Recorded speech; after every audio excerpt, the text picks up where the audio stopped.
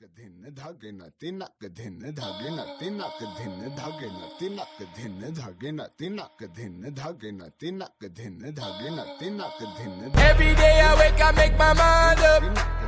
I'ma be the one, be the truth, be the way. Yeah. Every day I wake, I make my mind up. Gotta keep my mind on the because they only telling their side of the story. Out here telling lies like they on Maury. Them poor rich kids get their money off on it. But down here in the hood, yeah, we know Forex. We growing up, yeah, we got the good. Good of them assets, good of my bag. Get rid of cash before the whole market crash. A news flash, just a blast from the past. We on the smash now, be prepared to hit the gas, yeah. Build a land, get the wealth, change your name up. Get the title in your hands, put your game up. Melanation, elevation, arise. We the vibe, blood eye, and we travel. Try. Blood eye, and we travel. Woo. That's my child. Woo. Blood eye, and we travel. Hey, hit him with the higher, yeah. Sherry no haka from Virginia, yeah. I know I'm more because I'm blessed. I know I'm more. I passed the test. We got to see with the true eyes. We need some brand new bright ideas. We got the hearts and some great minds, yeah. If we could all just be sincere. Build a land, get the wealth, change your name up. Get the title in your hands, put your game up. Melanation, elevation, arise. We the vibe, blood eye, and we travel. Try. Blood eye, and we travel. Woo.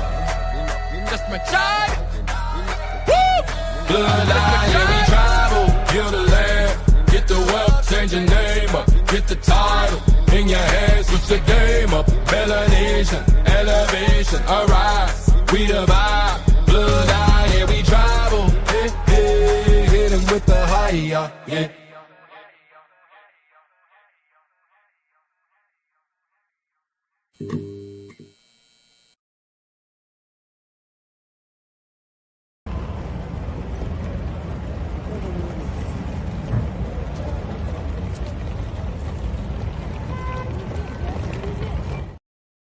Peace to the party. It's your homeboy back again with the news. And we're getting prepared for Sunday service today.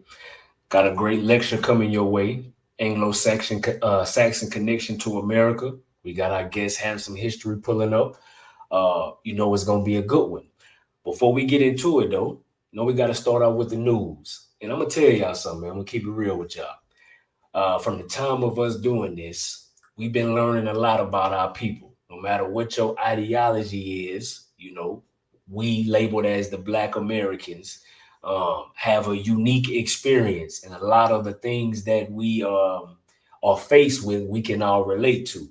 And it's a certain, there's a couple of topics that when we talk about get real taboo, and it's always interesting, if you will say, the type of feedback that we get from our peers. So right now, couple of days, I just made a video. I'm gonna play it here in a second so we can all be on the same page. So basically, Trump and the Ford CEO basically came out and said the same thing, which is there is a lack of American skilled workers, okay? Whether that be a physical skilled trade or a mental skilled trade like engineering, STEM, healthcare, et cetera, right? And a lot of our people is up in arms about this as if it's not just a fact, and I don't understand it. And this is something that we can 100% control in this day and age. So let me play the video that got folks in the tizzy, and then we're going to kind of break it down and get to why this matters, because we can't just only talk about the history. We got to understand the politics and the finance, because they are all together. This is what we are trying to, the message we are trying to nail home. So check this out. Let's play the video real quick. And we're gonna discuss a few things. Hold on. So, we cover way more than just the history and the politics. We got to talk about finances and business and everything in totality that make this world go round, right? So Trump came out, and it's a lot of press being talked about how he said there's not enough skilled workers in America, right? with the whole HB1 visa. So Ford CEO, he coming to say pretty much the same thing, which is he got 5,000 jobs he can't fill for mechanics that's paying over 120,000 because it's not enough skilled workers. And he's saying that this country is in trouble, right? So I don't know why people get so offended by the truth. This is not saying that the quality of people in America is not good. It's saying that the available skill set that they need, or for people that are actually interested in have the skills, is low. And if you take your feelings out of it and just look around you, you will see this to be true. Okay. We have a lot of having a trade, especially in the Black community. It used to be a time where having a trade was looked at as an honorable thing. Everybody in the Black community had trades. You had folks who was whole crackheads that could build your house, fix your car, the whole nine. They had skills to keep money coming in. Somewhere along the way, we started looking down on that. Maybe when the whole being a boss or the entrepreneur wave came through the community, right? Not wanting to work for nobody, whatever you want to call it. But we done seen a couple of decades of that now, and it's clearly not working because the degrees, let's say you went to college, in the Black community, the numbers say majority of Black people that go to college, if they graduate, it's going to be a liberal arts degree. Now, this is not the totality. I know y'all like to argue. This is by the numbers. What are the majority of the type of degrees attained? Okay. And it just say that we ain't high in STEM and healthcare. The ones that actually translate to real money with that degree. All right. And then let's not get to the fact that having a trade was looked at as something that was less than, which is crazy because it's people with trades that's making real money out here, and they can easily turn their trade into a business after they've gotten their experience. So I'm just trying to figure out, what y'all think? Because what I done seen, I haven't seen a lot of Americans, period, but definitely not Black Americans trying to excel and create businesses within these trades that could make way more money than opening up another hookah lounge, you feel me, or another food truck. This is no diss to them. This is just a fact because everything ain't for everybody. If it's not your passion, you shouldn't be doing it. Go and get you a trade, bro.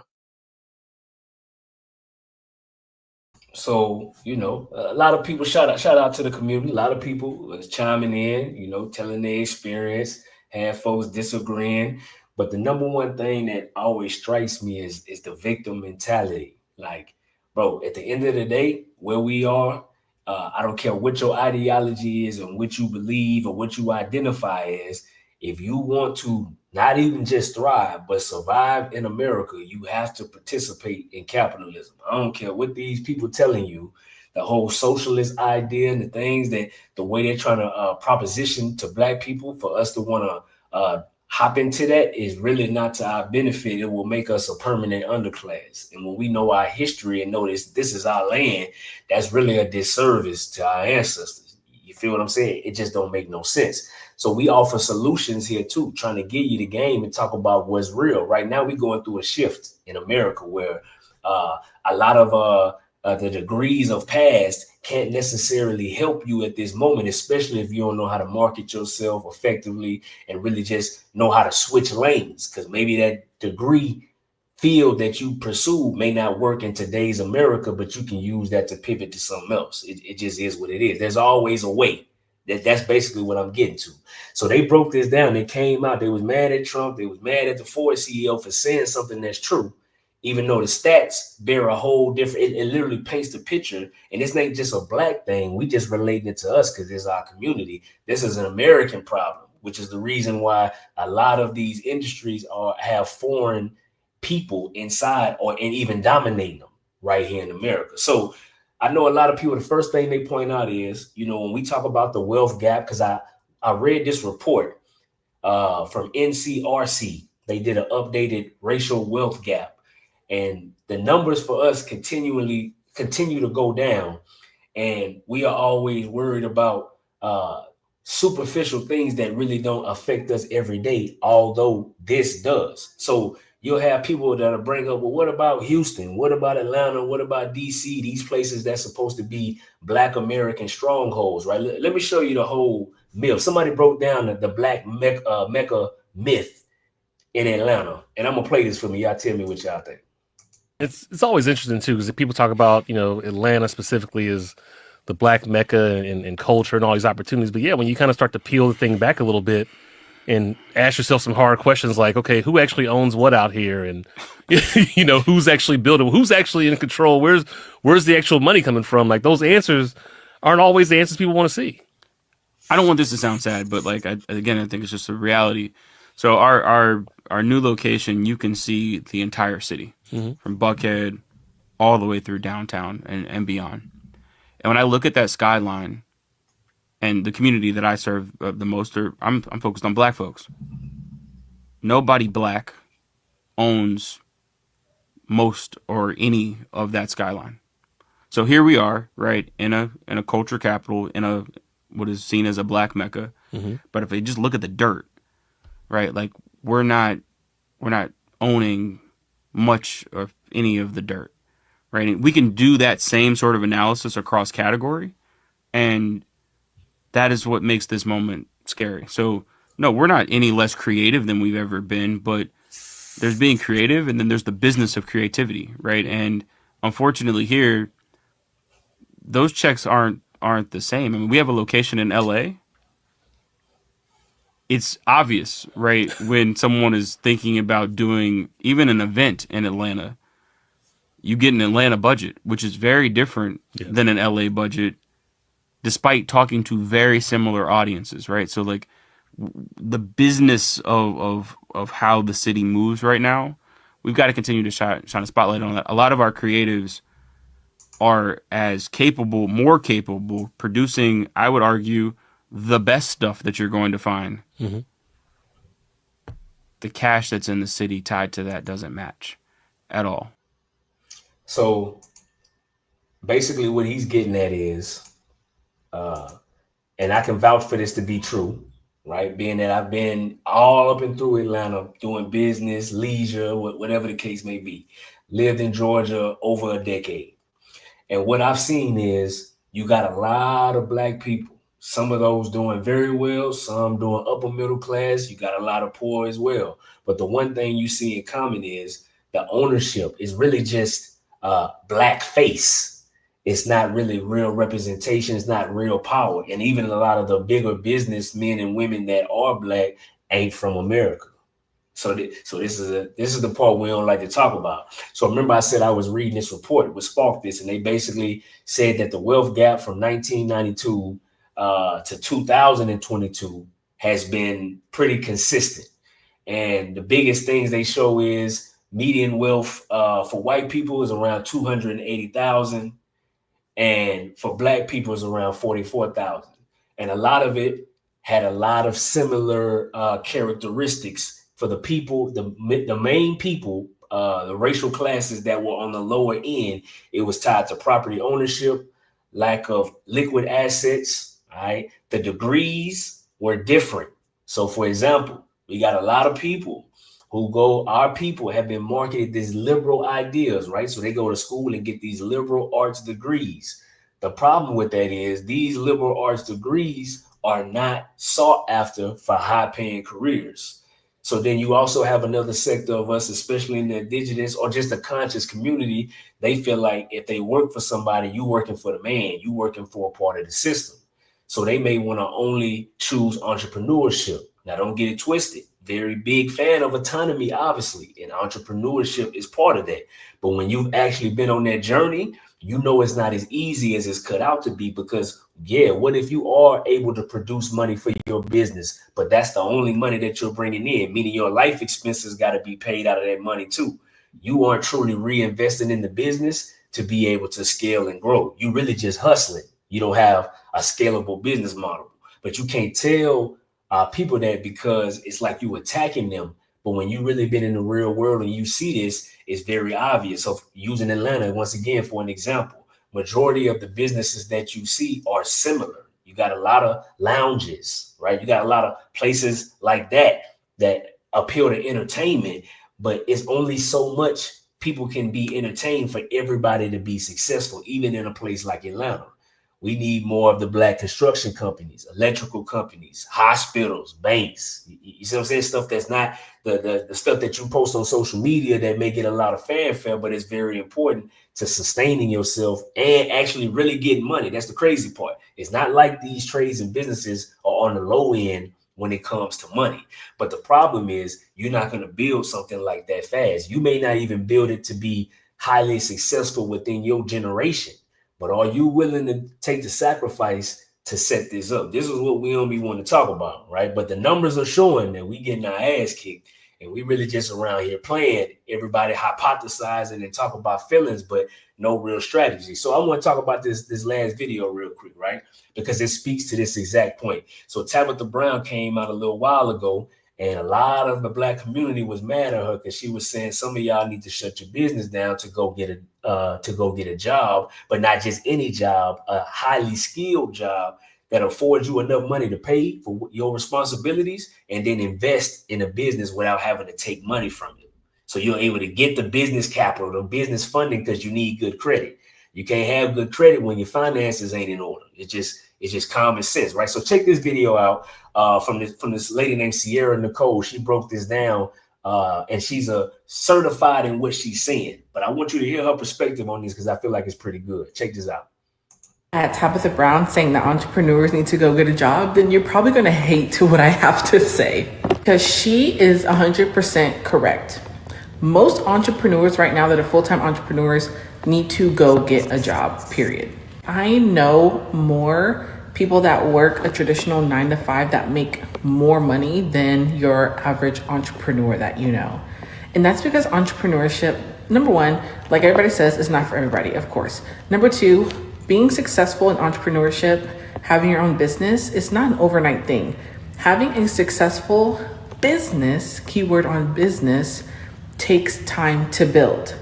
You still have to have income to invest into your business, to pay your bills, to do all the things. So yes, if you are not making any money in your business right now, the best thing that you can probably do for yourself and your brand is to go find a way to have a stream of income that is stable, so that now you can actually not be so stressed about life and have the creativity that you need in order to grow your business. Because there is no way that you can operate at the level that you truly need to operate in within your business and to actually be successful if you are stressed and stuck in survival mode. It's just not feasible. That's why a lot of people in the entrepreneurship space will resort to scamming, or they will have just terrible products and services, terrible customer service, because they are stressed, because they don't have proper business knowledge. They're just trying to find any and every way in order to make a dollar. So I agree. A lot of business owners, a lot of entrepreneurs need to go back to the drawing board, go get a job, bring some income in, go back to school, get a degree, a certificate, something, some credentials, some type of formal education. And then now you can build your business, and now you have the resources, and now you're in the right mental and headspace so that you can actually build something that is sustainable. You can absolutely build a hustle with having no income, with being at zero. It's going to be very hard for you to build a true business being at zero. But this is why I don't like to give advice to people, because people do not want to actually take advice that they actually need. They just want advice that they want to hear. They wanted Tabitha Brown to come on here and say, oh, well, let me tell you all how to grow your business. Guess what? If she comes on here and tells you how to execute your business so you can be super successful in it, guess what? It's probably going to require some capital. That's just life. She's telling you right now, you're not making enough. You can't pay the bills. You're borrowing money from people. Go get a job. And so that's where it comes from in the conscious community. Because, there's a lot of people that I've seen within this conscious community, irrespective of the ideology, all right, who feel like because they know what they know now, there's no need to do anything else.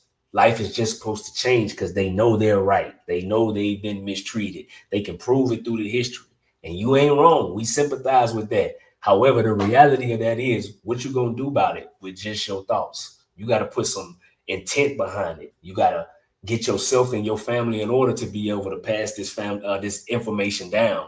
And we all owe a responsibility in there. It ain't just the Autonomous Party or any of the other creators that are out here putting out this information. We all have to do something with it, and that just take economics in the world that we living in. But I'm just your homeboy with the news, also with the game. So you take that, you do what you will. You need to get some type of skill trade, whether with your hands or with your mind, because in this new version of America, this marketing that they've given to us is outdated. So if you still believe in the American dream the old-fashioned way, you got another thing coming. And if you know, like I know, and the way in which this system can be very cruel, I would be betting on the odds that you need to get your shit together. Hey, but with that, we're going to get ready for the lecture, all right? The Anglo-Saxon connection to America is going to be beautiful. We already got Travis, a.k.a. Handsome History in the back. You know, Mac back there in the studio. So we're going to go to the Gullah Man's Choir real quick, right? Hear a little selection, and we're going to come back and we're going to get to it. I appreciate everybody that's tuned in. Hit that like button on your way in. Go ahead and share it with your friends. Everybody get settled, and we about to get to it, man. So after the choir, we'll be back, and we're going to get to the lecture. All right.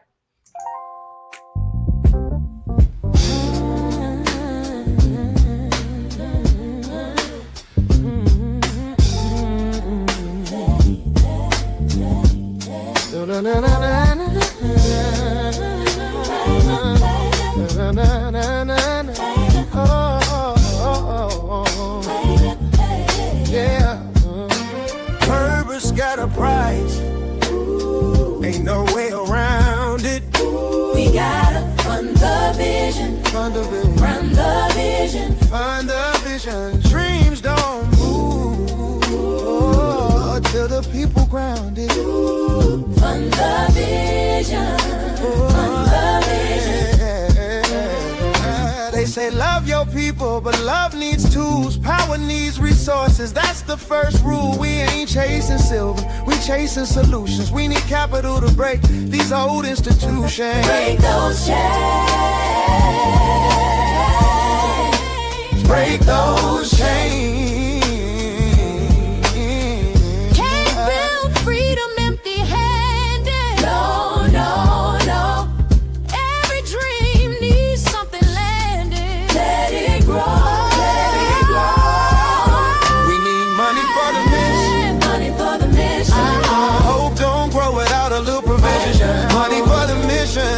For the mission, hearts stay pure while the grind stay driven. For the mission, money for the mission. Oh, don't grow it out a little provision. Money for the mission. Money for the mission. We pray hard on Sunday, but Monday's real. Bills hit deeper when you're fighting to heal. If the system is crooked, we still gotta move. Stack for the fam, keep the block improved. Keep the block improved. Yeah. Keep the block improved. Oh, yeah. Block improved.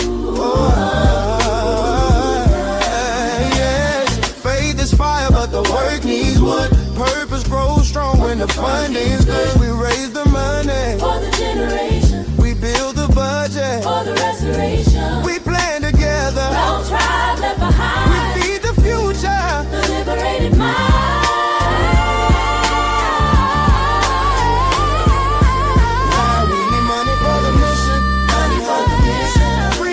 Funding and strategic position. We need money for the mission. Money for the mission. Every dollar righteous, every plan with wisdom. Money for the mission. We build for the children.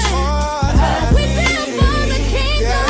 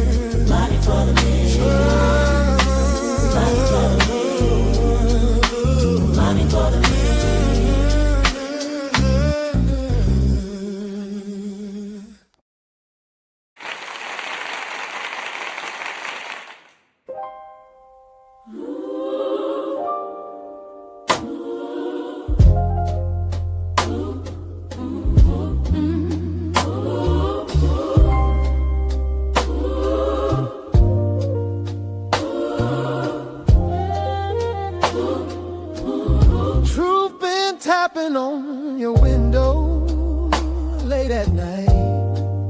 Open your eyes, open your eyes. Every whisper from the elders still shines bright. Open your eyes, open your eyes. They moved our names through the shadow, hiding lines that look like us. Switch the story, change the colors, but the truth don't turn to dust. Turn to dust. We try to tell you, Try to tell you, try to tell you, try to the tell you. light gon' break through every lie they sell you. We try to tell you, Try to tell you, try to tell you, try to tell you. truth got a rhythm, it'll always compel you.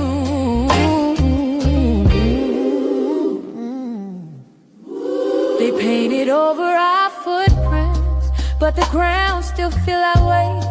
Every road they tried to cover still leads right back to our gate. Leads back to our gate. Shake off the dust, let the real thing breathe. History hums like a song in the tree. When they felt the story, we felt the bend. When our faces fade out the trend. When they changed our title, we knew the end. Now truth come call. Begin again.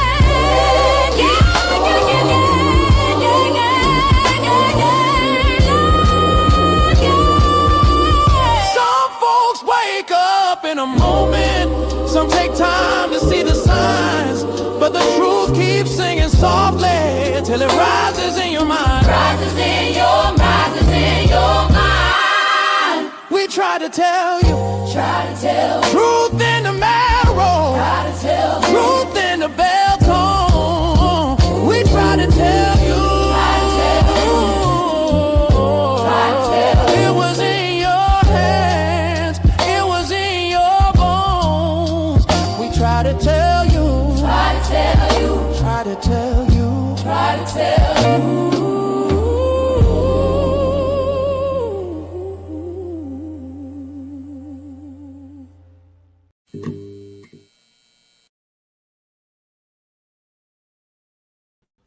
Yeah, we about to get into it, man. Y'all show some love to the Gullah Man's Choir in the chat. It's time to get to the show, y'all. All right, so we got Mac already backstage. Let me go ahead and bring him up. Let's get to it. Mac. Yo, Mike Live check. from the studio. Yes, sir. You good? All right, bet money. Hey, man, Gullah Mass Choir, man, keep it Gullah. It's all about redemption. Shout out to all my kinfolk outside, my Esther Lusty, all my Indigenous Black folk. You already know, to America, you know what it is. Salute to you. You know what I'm saying? Obviously, American Maroon, because if you want some Maroon shit, then we gonna be kinfolk on another level. You know what I'm talking about? Same type of time. Yeah, we on the same time.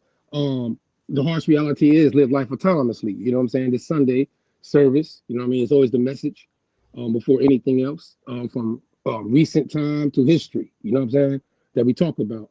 But this topic right here tonight is about getting some clarity. You know what I mean? I've heard Black folks say white folk come from the stars and Andromedans.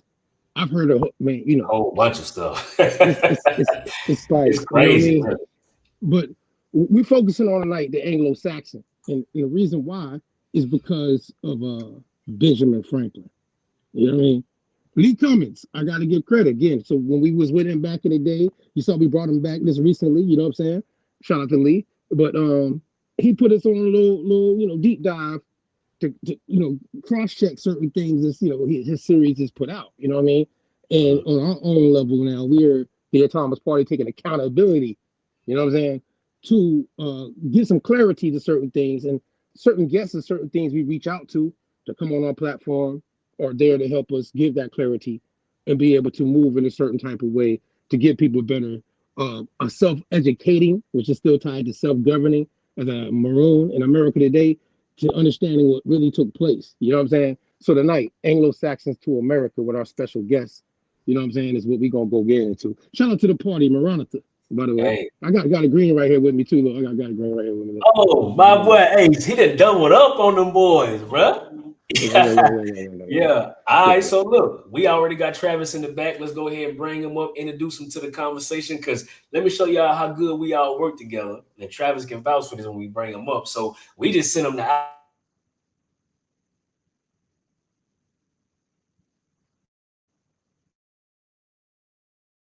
front of the people because he's a wealth of knowledge. We put ours together.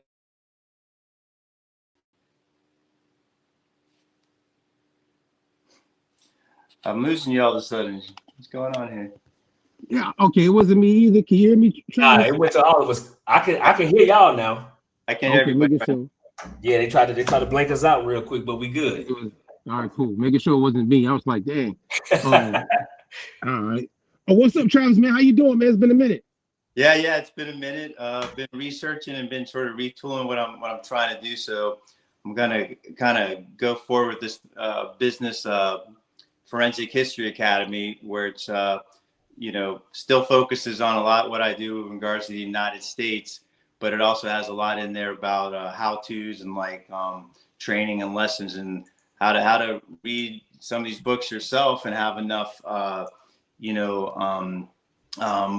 maybe a method or something so you can kind of should I say decipher or interpret maybe more accurately what you're looking at, because that's a lot of the challenge. And then it's going to also focus on the physical stuff. So if you're at a church somewhere and you see an interesting looking name on the stained glass window and doesn't seem to match up to the demographic of the area, and maybe it's on a hilltop and it's looking downhill, you start putting things together and go, hey, there's kind of a method to this once you on some of these things, because everything is always done in a franchise way.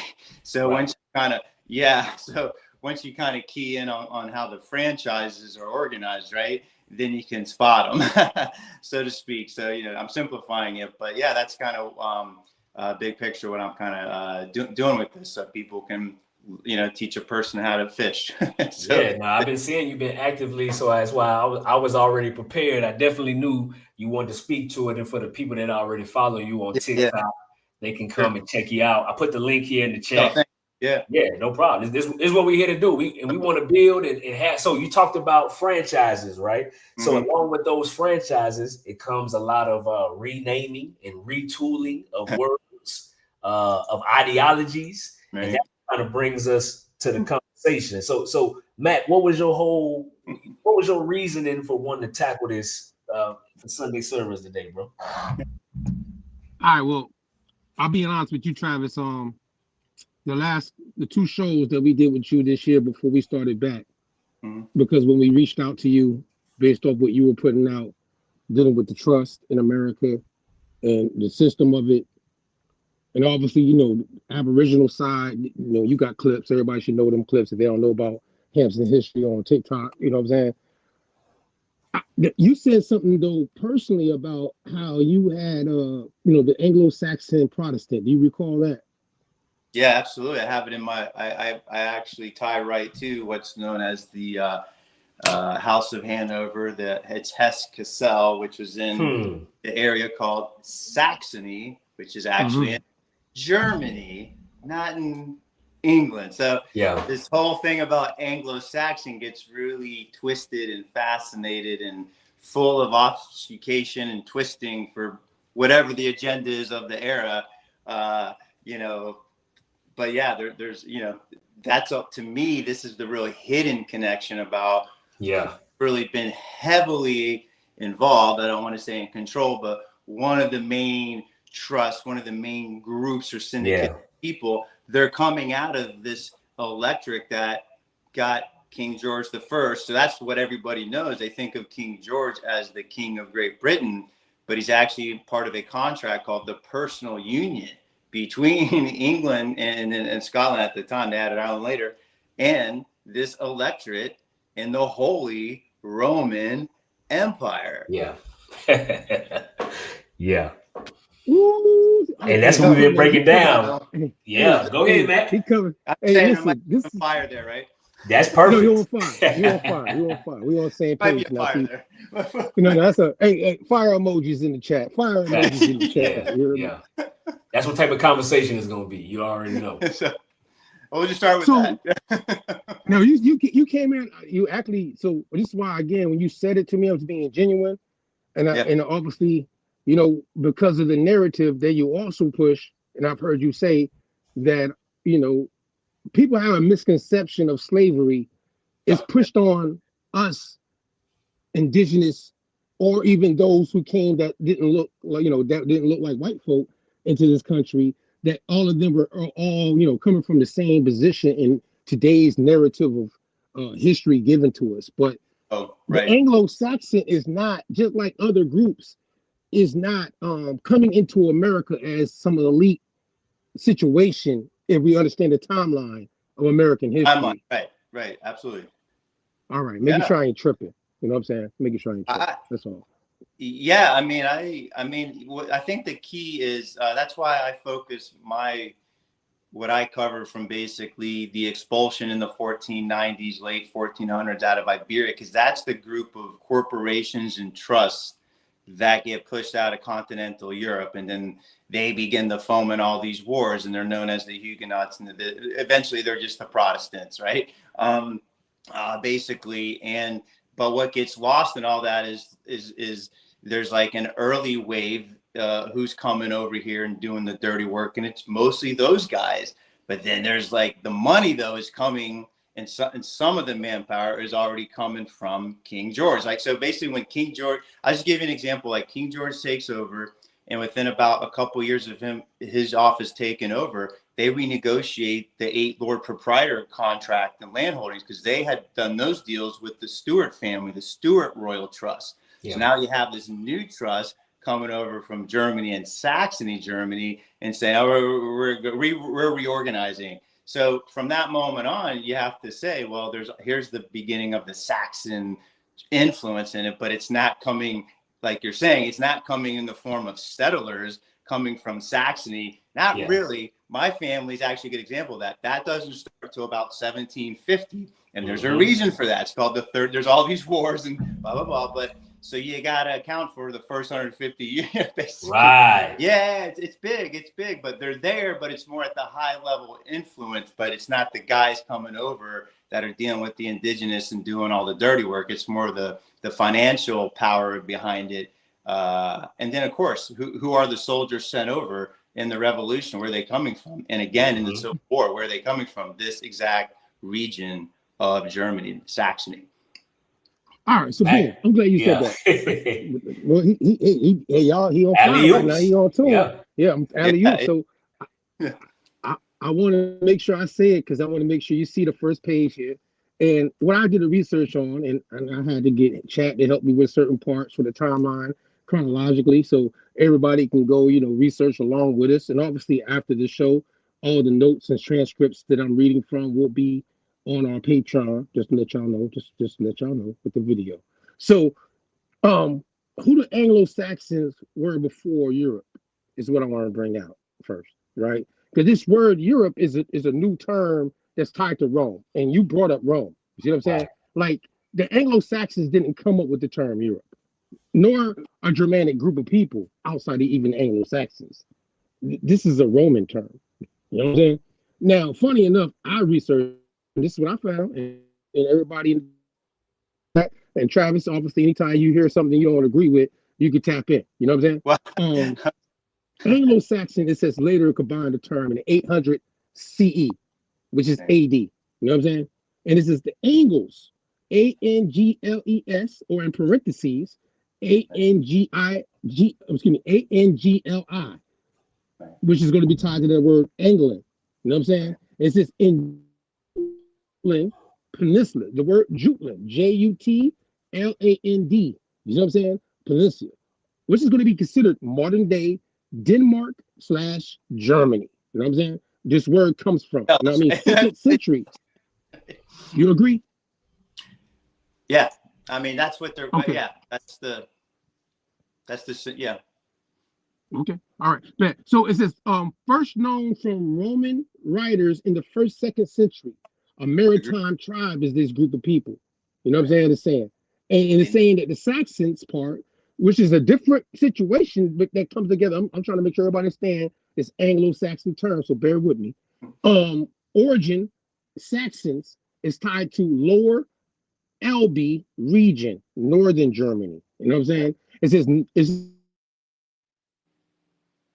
lost it. seafaring and raiding Roman coast, which means that would give you an indication that these groups of people were not underneath Rome, or they're not the Roman people. You know what I'm saying? In the region that Rome is going into at that time. Now, hey, can I just Roman stop authors support what you're yes. saying? The Romans, remember, ask yourself this, right? The Romans weren't known as a dominant sea power. Matter of fact, when they invaded Britain, they went through the landway. So it has to open up the question, like, yeah, who are these Saxons coming from then, right? Like, right. So yeah, I mean, who is this dominant sea power that the Romans are calling, the others, the Saxons, the whatever, right? Yeah. Right. See, this is what I want to make sure the Anglo-Saxon part gets right. Now, but mixed frontier people. So this is what the Romans are calling these two groups that become later on known as the Anglo-Saxons. A group that's also tied to the Anglo-Saxons. They get absorbed into the Anglo-Saxons are called the Jutes. Juttes. You know what I'm saying? Our Jute land. That's where we get the word Jute land from. Jutland. You know what I'm saying? Now, I'm gonna move forward. I want to make sure I put that in first. Now, how we move forward is Rome. Rome invited Germanic tribes, like those groups we just mentioned, into the empire. And it's saying the term is going to be called foederati. You know what I'm saying? Also, the term, and matter of fact, Monte, if you want to bring it up first and go back to the screen, is barbecue. Barbarian, barbaricum, however you pronounce the Latin term. Can you bring it up first?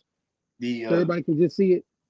Wasn't that where you get Barbarossa as one of the Frederick? Yeah, I mean, he's a Saxon Goth king, I think, eventually. Right. Remember Conan the Barbarian? Sorry. No. You on point. I mean, like Conan the Barbarian, Frederick, though, in hero history is going to correlate to this term that I found that I want to show everybody. That's the area. Y'all hear me, right? Make sure. Yeah. My bad, I muted myself. Hey, I'm gonna read it for you. It's a historical area beyond the frontiers of the Roman Empire, populated with what we perceived as barbarian peoples. Mm-hmm. I mean, do you see a connection with, like, you got the pirates of Barbary and the Berbers over there? I'm just throwing that out there. No, it makes sense, because when anytime, like when you've researched, when I was doing my research on where actually in Europe, because we definitely know that what we call white people now were in Europe, and we also know black people were there, and it wasn't this whole race idea as much, but there's definitely proof of the Baltic areas around in Europe is where they are claiming this is where the majority of white people, which was more of a mountainous, cavernous area. It was colder. Right, colder. And they were fleeing out of there to go to Western and Southern Europe. And it wasn't, they had kingdoms as well. But most of the people that were coming were not in power positions. They were getting forced migrated, just like what was happening to the Black Europeans. Right. Interesting. Yeah. So we've been walking down this walk trying to put it all together, because we have to be, there's so many theories that just sound crazy without just actually getting to the proof. What you got? Okay, well, one that I used to think was crazy, but I've followed enough other guys and listened to them read some of the old books that really focused on is the idea of the Saxons coming as meaning the sons of Isaac. Isaac's sons. So it's like some of this to, I don't like to talk about the lost tribe, but I do like to say, but they could have been, exilarchs from, maybe they were Israel at one point, or but from that area, right? Is my point, because it gets to, everybody has, like, they want to claim that or whatever. So I just want to say, but and then it just, and I don't know how much, there's like the stone in Great Britain, like that they put the king's feet on, and there's like what's going on with the unicorn and the Scottish. So there are a lot of things where it's like, are these guys really a bunch of just white dudes coming from the icebergs, or what's like really going on here? At the beginning, anyways.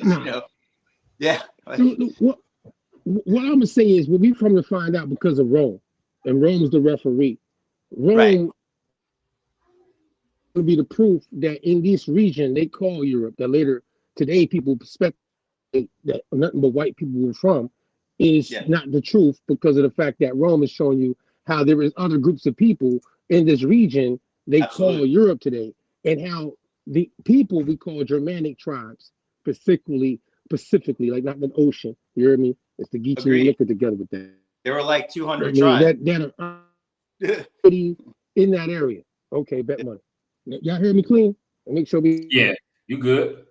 You breaking up though, but when you come through, you clear. But yeah, you got a little choppy signal. All right, so the choppy. Yeah, we can hear you. It got choppy. That's crazy work. So either way, 400, so we can get to move forward. So we can get. You hear me now? Make sure. All right. Yeah. 400 CE is borders. I'm keeping Rome in this whole thing. That's tied to this word foederati. You know what I'm saying? I'm gonna get to these definitions early in the game so that y'all can get a little historical part on it. Monte, when you get a chance, bring up foederati. You know what I'm saying? Because that's where we at now. We're gonna walk up fast from now. You know what I'm saying? Foederati's next. As a definition for like, trying to get some terms you can go research. You know what I'm saying? You know what I mean? Like, it reminds me of the federal, like the federal government. Like, you know what I'm saying? Because the word actually Confederate, like, you know what I'm saying? Alliances with the actual Roman situation. So yeah, absolutely. Yeah, so that's what this is a word right here. Everybody can go. I'm gonna read it. So it's a Latin term used to refer to non-Roman troops in the service of the Roman Empire, especially during the 4th and 5th centuries.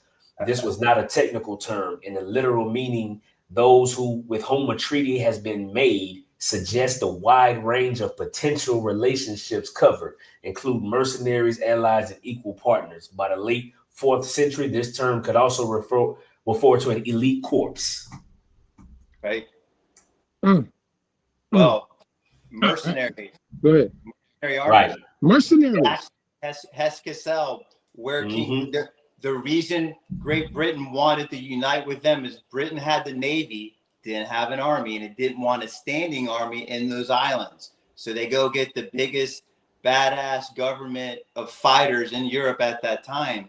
And that's this. It's basically it's a military industrialized electorate, and they would sell their armies to the rest of the European kings to go fight the Turks. And the reason they got to become a Holy Roman Empire electorate is they lost 2 sons and sent tons of troops fighting the so-called Saracens and the Ottomans and all that in the 1500s. So here the Romans are 1,000 years earlier, calling these German types Confederati, mercenaries, guys that we pay to fight for us. Yeah. Still doing that today. Exactly.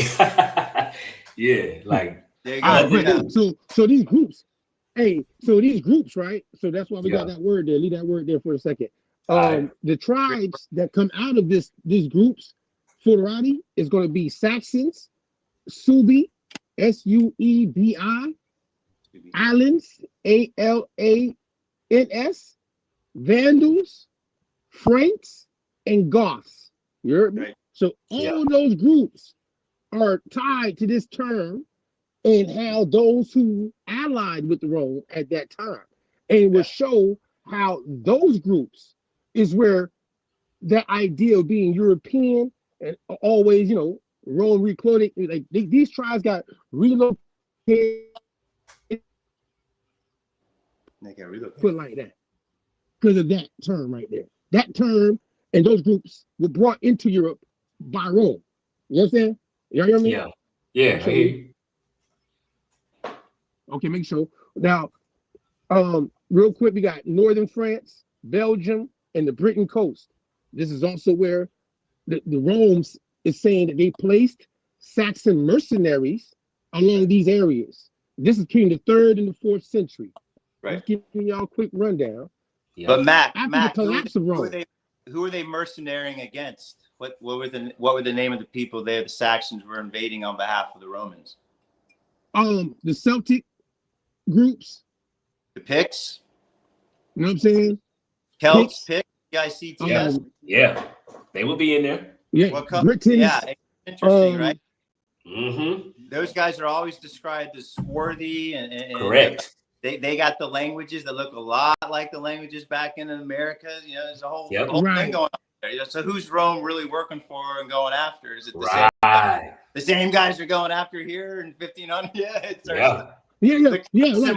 Rome is bringing So Rome is bringing them in to these indigenous groups of people, along with other groups that migrated into the area we call Europe today, prior to these tribes that would be considered Anglo-Saxons being brought into that area by the Romans. If you're going to chase it, and Rome's the referee. You know what I'm saying? Rome's the referee. Like bringing in Native Americans to go after the indigenous, and then like mixing it all up over time, and then nobody knows where the hell they're really from. They did the same thing there. It's the same exact things going on. It's the same blueprint. Yeah, it just progressed. They got better at it over time. Yeah. And then you're calling yourself a Saxon a couple hundred years later, even though you used to be a Pict and they killed your correct. You know what I mean? Yeah. That's how you phase out bloodlines in the true history, because you give new terms, and then these terms last for a couple hundred years and they're documented. Right. And they it's the relabel game. Yes, exactly. You know? Hey, can y'all hear me? I want to say this too. Go ahead. I don't want nobody. Damn, as soon as he's gonna say it, then he broke out. They don't want me to get this out. Mic check. Can you hear me? Hold on. So you can hear me? Let me know you can hear me. Yeah, I hear you. Okay, go ahead. Those regions, I don't want to misconstrue it. That area would still be considered Europe back then in today's time, but it's just not the western area of the Isles. And you know what I mean? The west into the Atlantic. You heard that right? Toward the end, you broke up a little bit. You said the Western Isles into the Atlantic. Yeah, I'm losing them too. Hold on, let me send them something. When we get to cooking, then they want to start. Can you hear me now? Yeah, clear. Yeah. All right, kids, I'm trying some different shit because that's crazy work, right? Yeah, so, trying to lag on you. Go ahead. What I was saying is, all right. So what I'm saying is that in the time, because that's a Roman term too. You who are outside of that as tribes are brought into this region that we call today these areas of still called Europe. You know what I'm saying? So I want to make sure that that's said clear, because I want to just keep it moving. You know what I mean? Because did y'all hear that clearly? Yeah. What they did is they brought people from outside to displace the indigenous. Sound familiar? Yeah. Yes. Yes. And we're showing how far back this goes to build these franchises. America wasn't their first rodeo.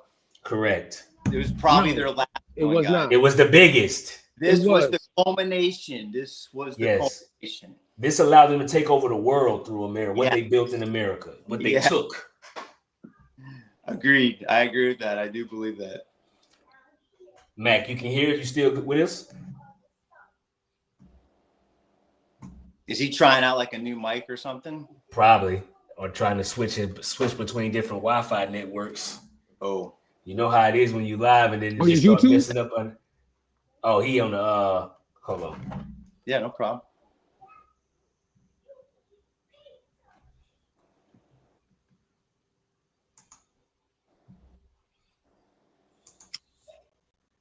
All right, real quick, y'all. We're gonna do a quick commercial break.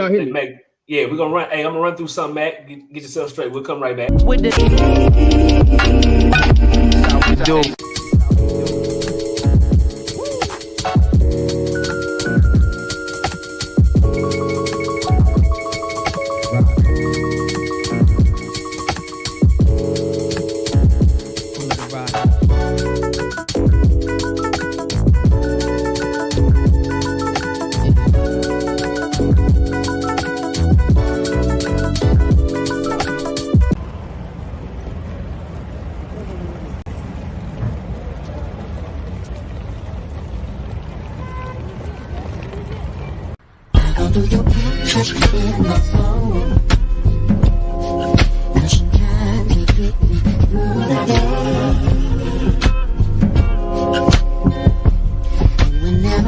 Don't you feel alone? I just play your voice louder than I say before things change. Now I read the message you sent, trying to tune out when you say I know you love me, but you should just forget about us. Check. What we look like, Mac? Can't hear it. Yo, can you hear me now? Yeah, I can hear you. Travis, can you hear us? Can't hear you. Mic check. Check. Mic check. Hold on. Yeah, I can hear you, Mac. Travis, you can hear us? I'm good. Look like he got. Hold on. You can hear us, Travis? Yes, sir. There we go. It's all good. Hey, we doing this live, y'all. It is what it is. Man, I tell you what, man, yeah.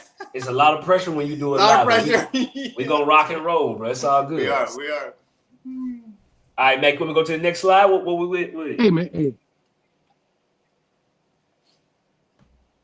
All right, so I'm regathering myself. Can y'all hear me? Mic check out there. Y'all live with us out there in the audience and everything. Mic check. All right. Everybody let us know. All right, so let me find my place again real quick. That shit crazy work. I ain't gonna lie to y'all. Because you sound good now. I was like, because I was in the middle of my thought. All right, I'm trying to get out. Hey, I'm making no sense. Everything showing full bars. Yeah, you sound good. So we good? I'm gonna run. Yeah, totally. Good morning. All right, so basically after that, I'm trying. It's full. I'm sorry for the interruption because the running back and the notes will be, like I said, where they'll be at. We're gonna get to a point where basically these people are in a time frame that later comes into like, okay, I gotta skip up because I'm trying to move forward, right? Those groups that we were talking about that were already in that region, though before it broke up, we got people because of Rome. Again, Rome has a lot of people in this region, not just one group of people are in this region we call Europe today because of what Rome is doing. Rome's expansion of history, all right? And they exiled some people. We already talked to y'all about that and what time frames they went out. And then there's broke down that we call Germanic tribes, also tied to this term Anglo-Saxon, that are going out into these same regions in the same terms we showed you before it took place. And when you go from a Roman standpoint, I'm gonna give you a person to research. His name is Tacitus. That's Tacitus. Tacitus. All right, got it great. Says Germanic tribes included darker, swarthy groups. All right? The Silurs, they're considered swarthy groups of people that's out there in that region. They're not tied to the Anglo-Saxons. You see what I'm saying? That's an example. Later medieval writers describe black or dark Saxons. So there's people being called Saxons, and they're also dark-skinned people in this region because of what's going on with Rome. So people can't mix that up either. That's why I got to be understood. Angles as well, right? There's dark-skinned people that's tied to being Angles that's in this region, but they're not originally the people that Rome brought in that took over what we call, from a Germanic standpoint, of being known today, as we call it, Anglo-Saxons in the time frame of Benjamin Franklin. That needs to be understood because people overlayer it and it's not understood in the layers of the history from a world point or to the time frame of when we're trying to get to in this conversation into America and obviously the colonies. So later, especially in Scotland, North England, and the border regions. You know what I'm saying? So the Iberia, North Africa, and Roman soldiers, all connection to this. Intermarried with Saxons, it's telling you when we did the walk down on this. And it's saying that Africans, Syrians, Judeans, Moorish people, Iberian, Illyrian people were obviously already in this region because of Britain, to be exact. Yeah. Yep. Was it clear? Yep. You can hear me? Yeah. I can hear you. Yeah. Mic check. Yeah. I want to make sure, you know what I'm saying? You lagging, but I can hear you coming through. Okay, Saracens. I want to make sure. Saracens, you know what I mean? Yes, yeah, I can. Saracens, you know what I mean? this term citizens comes in at, and I know I wish it was clearer. I don't know why they're doing this to us tonight, but however, Yeah. Why were the later Anglo-Saxons, you know what I mean, 9th century, Alfred the Great? We're gonna get to this America real quick, but in century AD, Alfred the Great, Angles, the Saxons, the Jutes, and smaller tribes, it obviously came together underneath Alfred the Great in the research that. All right, giving you markers to go research off this build, right? All right, so this is where Rome naming influence really comes into play for the Germanic tribes that come into this area. This other that might not be considered a Caucasian. I'm pausing because I see it pausing here, so I was making sure. You know what I'm saying? So again, originally Europe proper is called Jew.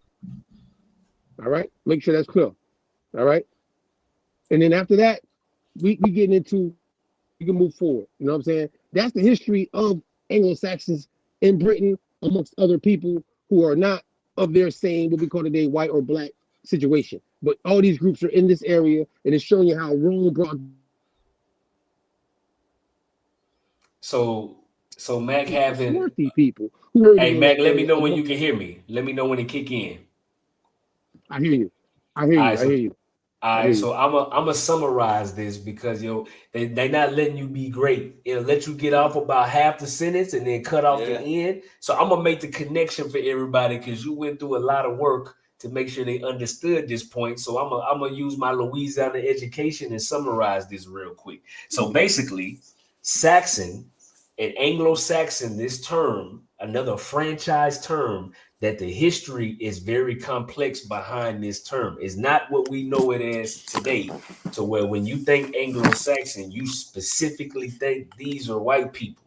There was a history into how Rome created this conglomeration of different people that ended up taking on this term later to be used by only specific Europeans. All right, so it's important that you understand the history, because this is kind of like we've been showing in all these different bills, is that they use these terms and then provide a history behind it to match the narrative that they want to set. And we keep falling for this instead of actually reading the documents. What you think about that, Travis?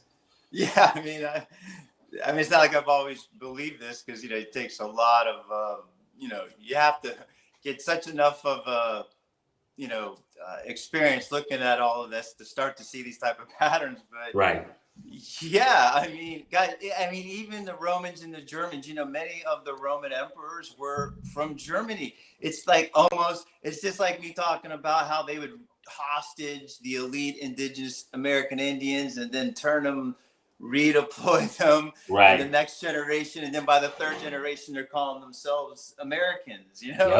They're Yankees, which comes from Yankees, which meant traitor, foreigner. So all you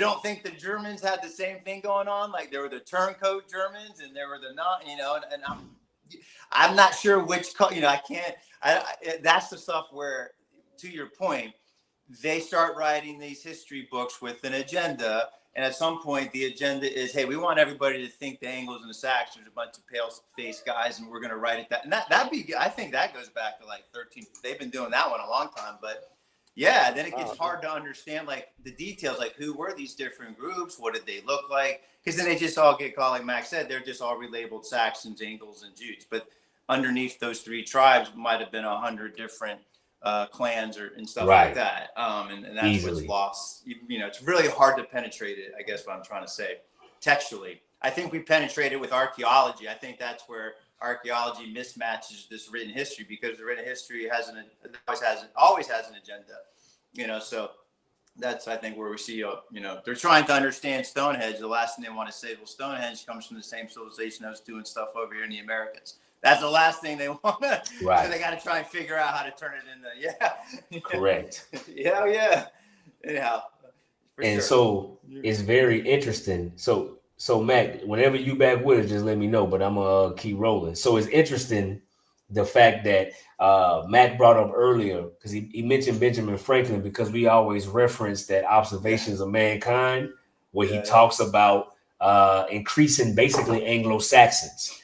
And at this time, people think the timing of which the word is used matters. This is in the 1750s. Yes, it does. Yes, it does. You know what I mean? So now there's a new movement of people who believe that they are Saxons because of whatever their historical history is, and now they're in America. And so when they say this, it was later used to tie to the marketing strategy of white supremacy, right? To increase these numbers. And this wasn't a plan that was created by a conglomerate of white people who had a secret meeting and said, hey, this is what we're going to do. You know what I mean? White people, yeah. They had no idea. We're the exactly doing them. Yeah, it's like, okay, right. No, I mean, listen, how many descendants of indigenous Americans by 1920 thought they, or, you know, sometime in that thought they were, okay, I'm from Africa. Right. Why do they think that? Not that nobody was, but the point is like, well, now, why do they think that? Well, you keep telling the kids every day. Yeah. for three generations. That's a long time. It's a long time. Years old. 60 years of doing that to people is a long time. It works. It works very well. It works. You know what I mean? And we see it today. They can go make you put something foreign in your body just because they say there's a mysterious thing floating around. Yes, correct. So people act like marketing and propaganda isn't powerful. Like it definitely works. And it worked back then the same way it does now. Yeah, agreed. And it's all relying upon these terms and these stories.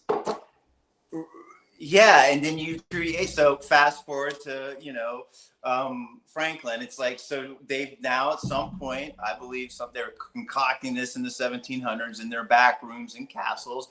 Hey, we got to roll out this new myth of the Anglo-Saxon being white and being the real conqueror of England and running it. And the joke on that, guys, is the Normans conquered the Saxons in 1066 and took 80% of their land away. And it's called the Domes. It's literally called the Doomsday Book. Doomsday Book. And it's a whole book. It took them 20 years to formulate. They audited every piece of ground in England so they could then retitle it to their guys. So this is so like...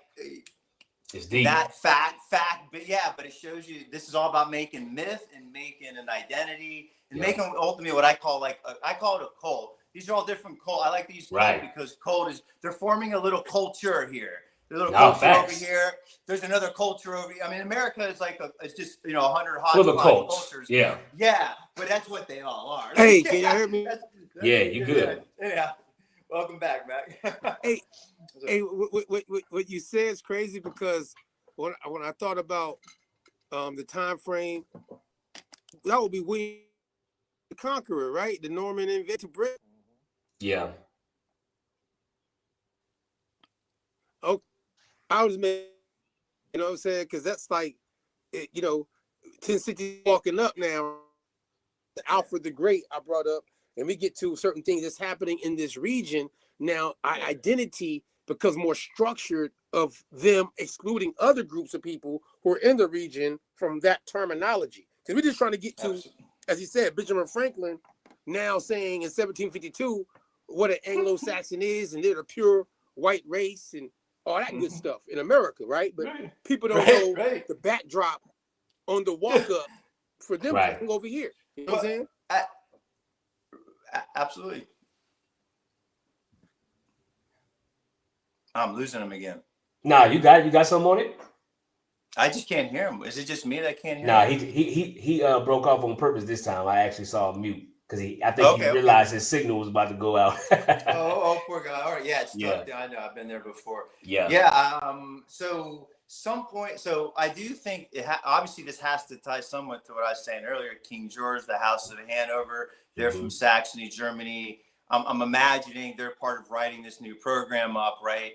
And clearly the program is, we're gonna whiten this up for whatever reason that decision's made. here he is writing, hey, we don't have enough white people over here. And he also makes the point there's very few white people relative to the rest of the world, which is also the giveaway about what did Europeans really look like then for 1,000 years ago. Because if there's not that many white people yet, even in Europe, then what the hell what color were they the previous 1,000 years then? Correct. And from that point forward was the establishment doing mass migrations of people.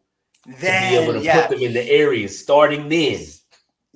Right. And then there's America after the Revolution, 1794, that Naturalization Act that says it specifies white as in lighter complexion coming from certain parts of Europe only. Like only certain parts of Europe, like not Bulgaria, not Ukraine, Europe, but, Great Britain, Germany, Netherlands, Scandinavia, Europe, and only light skin. So something's going on. Like obviously, they've been working at, pillaging people and setting up that situation finally, over in Europe. To your point, they've been creating that supply of white people over in Europe first over a couple centuries. That's my take on it.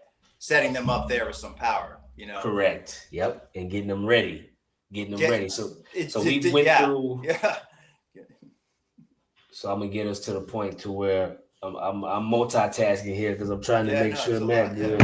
So, there you go. Norman's reduced. Yes. There you go.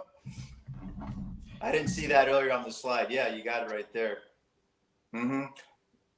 Yep. Yes. Matt, you with us? Yes, the Victorian. Yes, that's interesting. Something goes on there. The programming. They roll out the program. Yeah. Well, you guys, you got to correlate it to. I've done a lot of deep dive on the lady goddess Columbia. They roll her out during and after the Revolution. That's a gigantic cult. I mean, it's huge. They're pumping through stuff about Columbia and Jesus and God in the Sunday schools. So this goes on, guys, for like 80 years. It doesn't really end until after the Civil War. And they kind of have the Statue of Liberty, but they don't tell people that's Columbia. So they'd already went to the Uncle Sam marketing after the Civil War. But you got a solid like 80 years. That's 4 generations of pumping people full of Columbia, which means dove, white dove coming in as now your new leader, Americans, right? This is huge fault because you Americans also are inspired by the dove. You see, we're into this. We're tricking you. We're using your own symbols to work you, right? Mm-hmm. So that to me is the beginning. I'm sure that would tie into Franklin and all of them saying we got these white Anglo-Saxons too, and that might even I'm going to research in that, but I will bet you there'll be a tie-in behind the scenes to them forming that code and white the country and and then making this myth that you white guys are part of this warrior case class. Yeah, super superior. Yep. And not one of them knows about the Norman conquest. Think about who they're. I'll shut up on that for now. But that's a lot right there. And that's a good point. You just said a lot of people. It doesn't matter the race. Americans, period, are ignorant of their history. This is would you say that's true, Travis? Yeah, I mean, but think about it. Like, this is an entire nation outside of the indigenous that everybody's been displaced and moved around. Well, now the indigenous have also been displaced and moved around. And actually, we find out that not only were they moved around in the Americas, that they were shipping them back the other way. That's a whole other history thing I want to look into. What happened to them? But certainly, this is exactly what they wanted. They were like, okay, now we're going to just send displaced people from all around the world here who have no sense of their history, their ancestry, cut off from their clans, their tribe. And I've seen my own life. You can ask most white Americans walking around, they're not going to get past like 4 or 5 generations on you. They'll be like, they're going to be like, and they don't even realize that that 18-person family was really a custodian family. That they weren't even all really, they're throwing people together. Yeah. Big time in the 18. And that's you covered that a lot. Yeah. Deep dives on that, guys. And it's like, so there's a reason there might not be as much of a curiosity about the past among the light-skinned African American. They're happy to be in America. Who cares about the past in their mind state? It's not a very good past. It's not an illustrious past, or they can't see any illustrious. That makes perfect sense. Yeah, Matt, let us know. You back with us? Yeah, I've been listening. I just been choppy. You know what I'm saying? Y'all hear me though? Yeah. Nah, you good. You good now. Okay. All right. I mean, you know, be smooth as possible. Whatever reason this is happening, right? But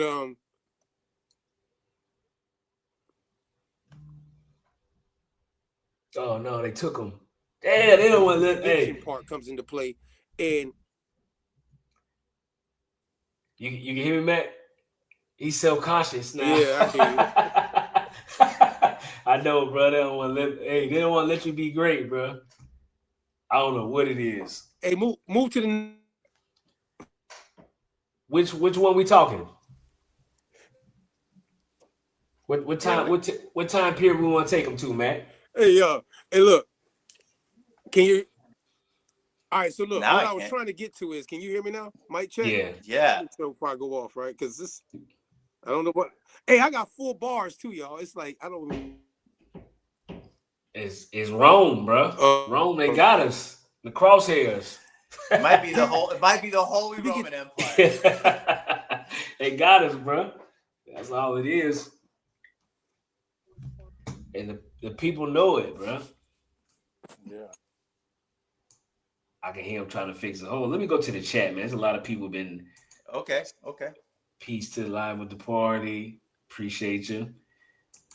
A lot of people don't understand that the so-called black was in Europe before the so-called white people. I would say what I've found is, to be honest, there's no way to really know, but we definitely know both of them existed in Europe and in different places for a very long time before coming in contact with each other. So there's no way to really know, but just know that there was definitely black people in Europe, as well as what we already know that there was white people there. And I want to support that with one of the ways I do it is I look into literature. So you get into literature where they're talking about, I'd say pre-1500s Europe. And you will see, once you know how to interpret what you're looking at, they're literally just talking about, I was reading about Silesians and Polacks, Polish people that were all being considered tawny. They were being considered just straight up called black monsters, because these black monsters were kicking these white guys' asses in the middle of Silesia and what we think of as like northern Germany. This is like, they're writing it this way, showing you that there must have been this group of they're actually calling them the Knights. So I got a lot in my head, a lot of theories going on where I'm telling you, it's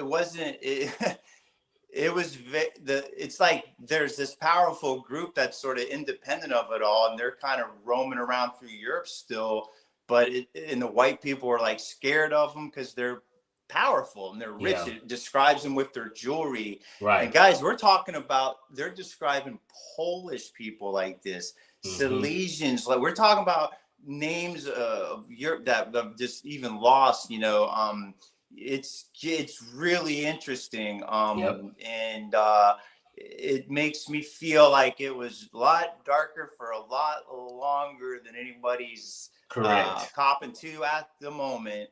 Because it wouldn't fit the narrative. So there's a lot there. It's just it's just, I would just say it's actually, don't read a history book for some of this stuff. Go read literature written about a time period where they can maybe be more honest. Right. And they give you their accounts and sources of what they're talking about, not just a revised book where you're supposed to study certain bullet points that they're giving you to memorize. You know what I mean? Right. Or like you'd be amazed at poetry. So these people write poems back in the day that will reveal a lot more facts than you're allowed to. You can get a lot underneath, the censors. There's always censors in every era, so that's another way. And you have to ask yourself, well, I know I'm reading some fiction right now or literature, but this wouldn't make any sense to its audience unless why would you talk about black monsters and black dark Tartar princesses running around in Germany unless that made sense to the people of the 1500s that the guy wrote the book for, So So anyhow, yeah, I think there's a lot of support for it. Just you're not going to find it in any official history books right now. Correct. On purpose. Oh, absolutely. You want to keep your job if you're a professor. Yeah. Yo. Yeah, what you got? How I sound now? You actually sound good. God damn. Yeah. Apologize. Yeah, apologize. I need to apologize as a studio owner. I gave him the wrong Wi-Fi code. Oh, watching. It's my fault. Blame me. Yeah. He's getting a discount. Actually, show free. There we go. Yeah. See, there we go. We like that type of service, man. Blueprint recordings. Yeah. No, but I'm sorry about that. For real, I was pissed myself. I'm like, this ain't making no sense. Last week I was straight. You know what I'm saying? I got lights and shit. You want to put lights on? I don't need no lights. Sorry about that. I apologize. Mac, I'm sorry. I know we good. Hey, that's all. His invoice. Yeah, remove the invoice. All right. Tell me where you want to take it, bro. Hey, we live though. Now we all got right, so you. y'all hear me Back. good now though? Nah, you good. You real good. You sound like last week. The fuck, man. God damn, bro. Working out the kinks, bro. It's all good. You know, hey, host with the most. I got you, bro. It's all good. Yeah, I appreciate y'all patience here because I knew something was wrong. I'm like, this ain't supposed to be doing this like this. Either way, where we was at though, as you know, I'm glad y'all. We got this. That's why we need these slides in place when things like this happen. You know what I mean? So where I was, we got to Alfred the Great though, and we was talking about how the Anglo-Saxons came together. But then we got to, and I seen them talking. Cause I can hear it, but I knew I was couldn't respond. Yeah, something wasn't right. So in the situation, all I was trying to show is though how this Anglo-Saxon identity comes about, and then we get to the time frame where they're coming into America as an ethnic identity. You know what I'm saying? Coming from their tribal situation. Also, what I don't think a lot of people are understanding too is how, like the Franks, that's tied to France. You know what I'm saying? The Vandals, the Goths, these different groups that's in this area we call Iberia, or that's in this area of Western Europe. You know what I'm saying? Scotland, Ireland, Britain, England, you know what I mean?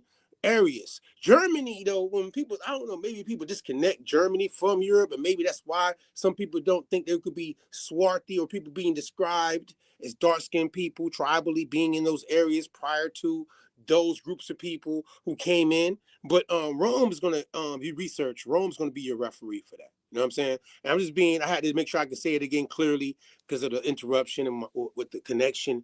And I apologize for that, because we live. But at the same time, Travis, what you think about that? Because now that we so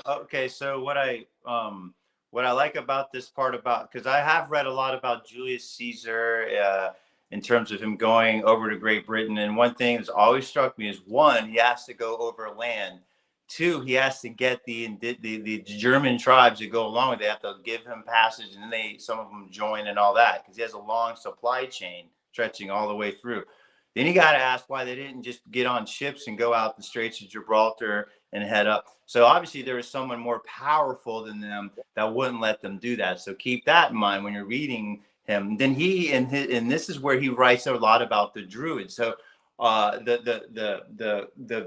version of the Druids and all this human sacrifice, that all comes out of Caesar. He's the only source for all of this, guys, just so you understand. So talk about the victors writing the history. Literally, this stuff is based on him going over there and then telling us what he thinks. Now, there's a whole thing to it. The fourth thing you got to realize is they don't even get past, they have to build Hadrian's Wall. They don't even get into what we call modern Scotland. They're not able to take over what we call modern Wales, and they don't even come close to Ireland. So who are those guys that they weren't able to, take over? Now, you have to ask yourself, I thought this was the great Roman Empire. It's Julius Caesar. Well, I don't know. He didn't really win, did he? And then he came back and got killed a year later, got assassinated.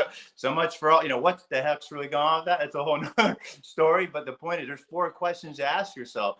Hadrian's Wall, did he build it to keep them out? Or, see what I mean? Like, hey, to protect the turf they do have from these, who are these guys, these Picts, these, right? Because if he's using the Saxons and the Jutes and the Anglo, they're on Team Roman. So, who are they killing are Britons and Welsh and Picts and Gaelics, and there was way more names back then.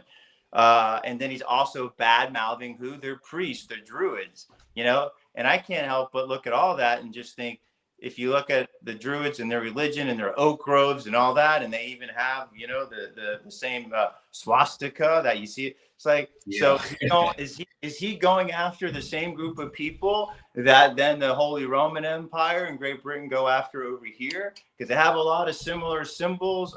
They're described looking at, you know, the Scottish guys that were full of, you know, painting themselves, the Picts, and putting you know, that's all, you know, who are these guys, right?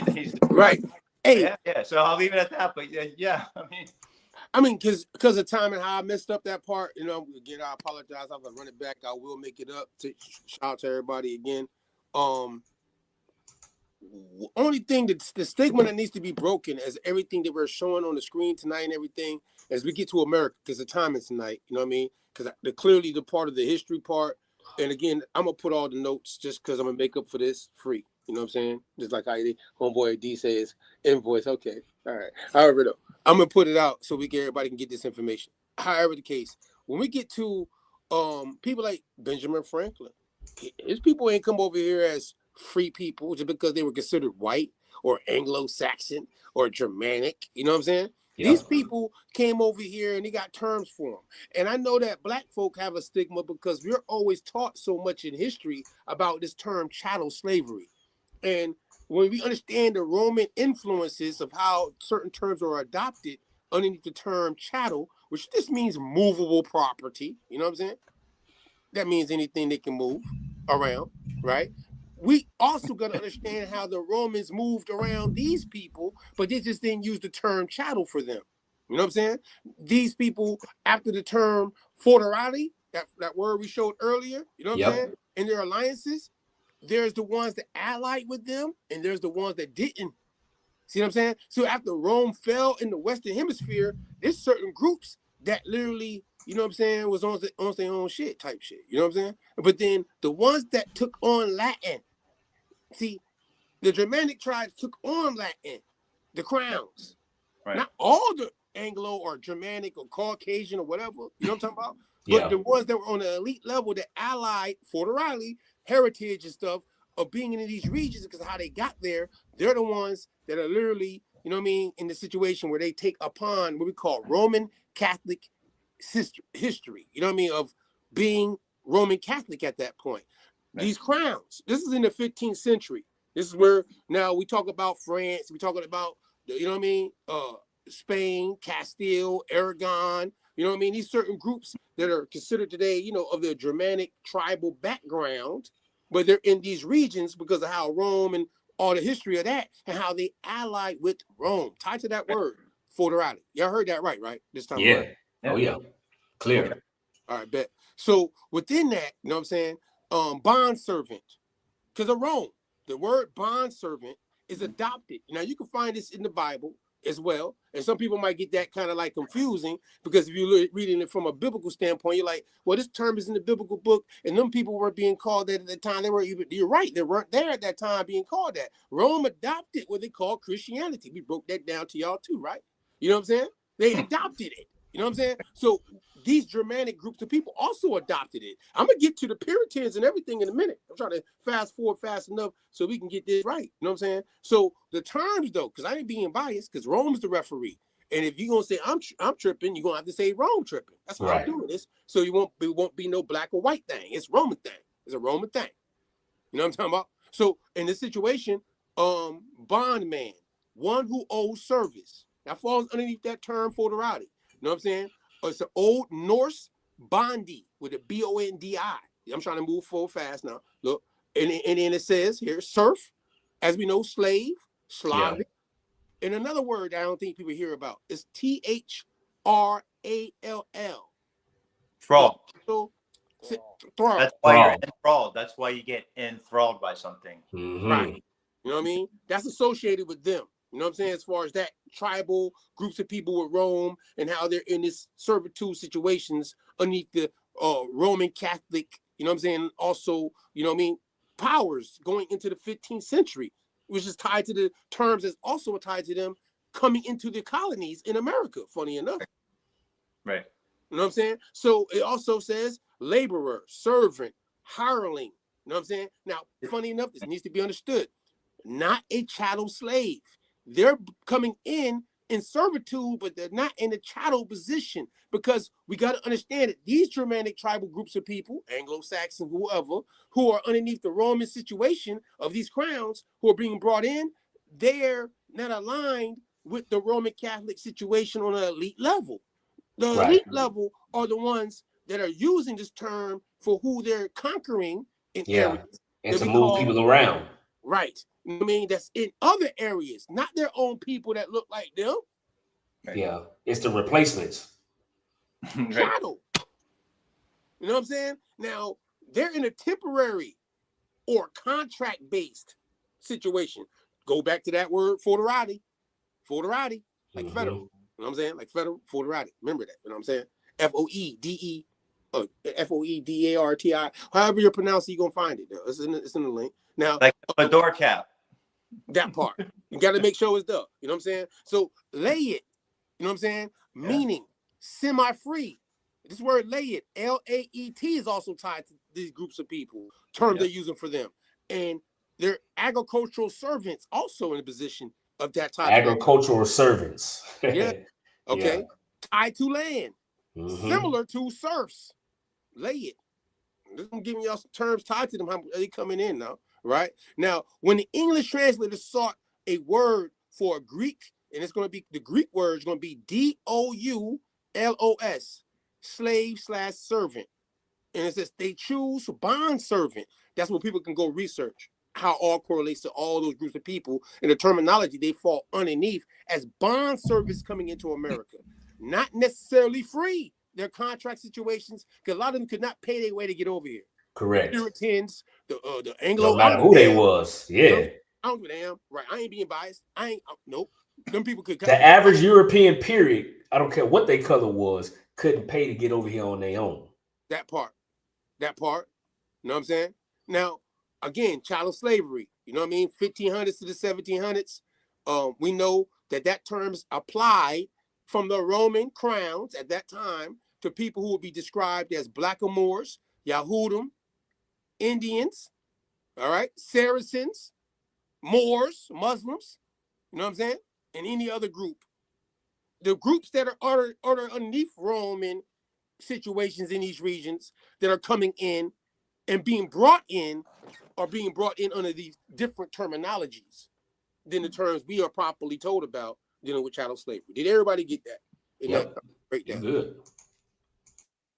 What you think about that, Travis? How'd that sound to you?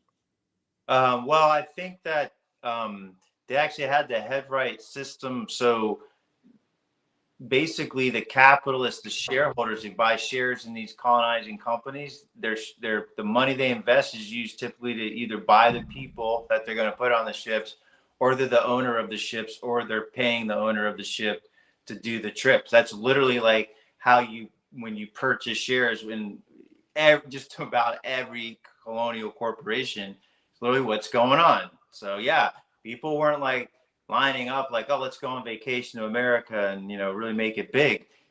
They were getting bought by these wealthy capitalist shareholders as the little shares in the company. You sent people over.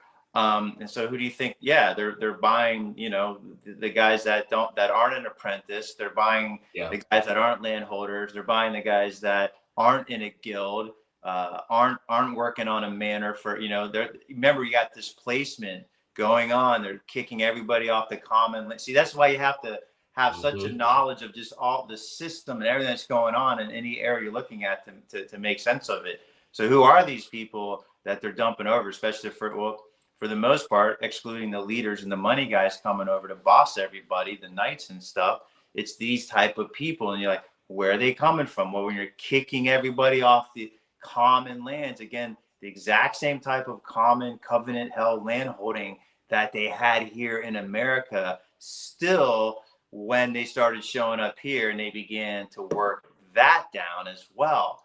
So that's literally how they're creating a supply of people to send over. They're kicking them off the common lands there and then going, oh, you're a pauper, you don't have a job and that's a crime. We're going to throw you in jail. Well, here, instead of throwing you in jail, this guy's bought you and you're going on. That's like what they're doing for the most part. It starts to get more business-like after 100 years or so, and companies form over there, and they bring more, should I say, less desperate people per se. But you're still not bringing over, but still, guys, they're not coming over. You know, put it to you this way: if you got a good thing going on where you're at, you're not leaving. That's not what humans do. So who are they? So who's coming over here? The people who don't have a good thing going on, you know, right? On average, like think about it, right? Which makes sense. Yeah. So yeah, I mean, I think it all like gels, and then you got a myth. Like you really have a myth that they start making up, to saying all these people have been coming over for 200 years are white guys that are Anglo-Saxons. It's like, right.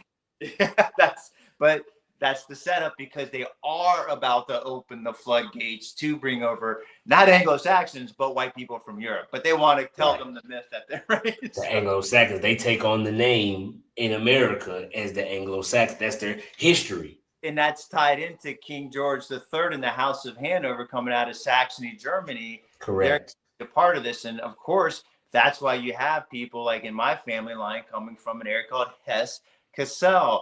And many of them were actually very dark, swarthy Germans. They were the redcoats that were working for who? King George, that they sent over during the Revolution. The Hessians. The Hessians. And they had to make that connection to that specific lineage, because that's a part of the 13 colonies. You mentioned the Stuarts. So that's why they chose that specifically. I think so. Yeah. I mean, hell yeah. Right. They had to be. Something's going on. But look, it's a division. All right. Division. Yeah, they had a strategy. Hey, look, it was a division. See, what we're not getting is that in this region, after the Stuart and the Hanover situation takes place, obviously the Jacobite gleanings, you know what I mean, and how those people were being transported into the 13 colonies.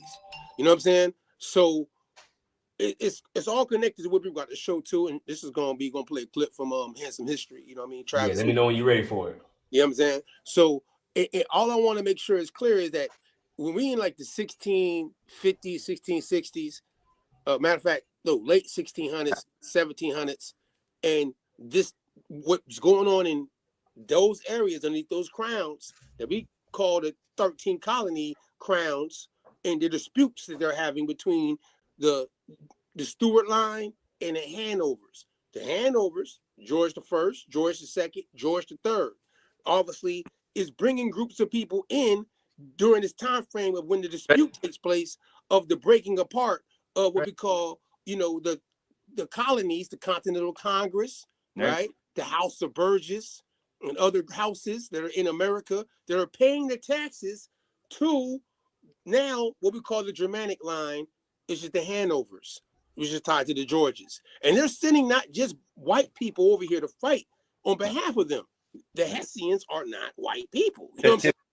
Yes. So that right there is throwing people in a loop, because people like these people coming out of Germany. Well, guys, remember King George is described. He's a swarthy guy. So that family, the House of Hanover of Saxony, Germany, was seen as swarthy, and they're described that way. And he's known. He's the one there's a famous painting of him with two dark-skinned Turkish guys. You know, those are your hostage elites from the wars that he fought against the Turks. His house on behalf of Austria. So you see all this connection here. You got hostaging, elite hostaging involved. You got the fact that they're dark. You got uniting Britain and Navy with the mercenary armies of this electorate, and you know, they're Catholic, but I don't like to call them Roman Catholic, because they're really working for the Holy Roman Empire, and that's basically Austrian and Germany. Okay, that's big time. And of course, we know Spain is a part of that for a while, the Habsburg. But that's why they got a whole war going on, because they don't want him to have too much power. So at this point, it's mostly when we say the Holy Roman Empire, it's that Germany contingent, Austria, and kind of going into Eastern Europe a bit. And that's a lot of money, guys. It's a lot of capital, a lot of elite people funneling their money into this whole venture called colonization, you know, the invasion. That's where it's coming from. Exactly. All right, bet. You want to take it to the video? Yeah, go I to a got you. video so we can come back and we're gonna make up the time tonight. See, I got more time and everything. We ain't got nowhere to go. Here we go. We're gonna run this right. The Let's white go. slave trade in the United States. From a business journal of 1858. Our admiration of this new system is unbounded. It is so simple, so economical, so profitable, and so perfect. Buy land and bait it.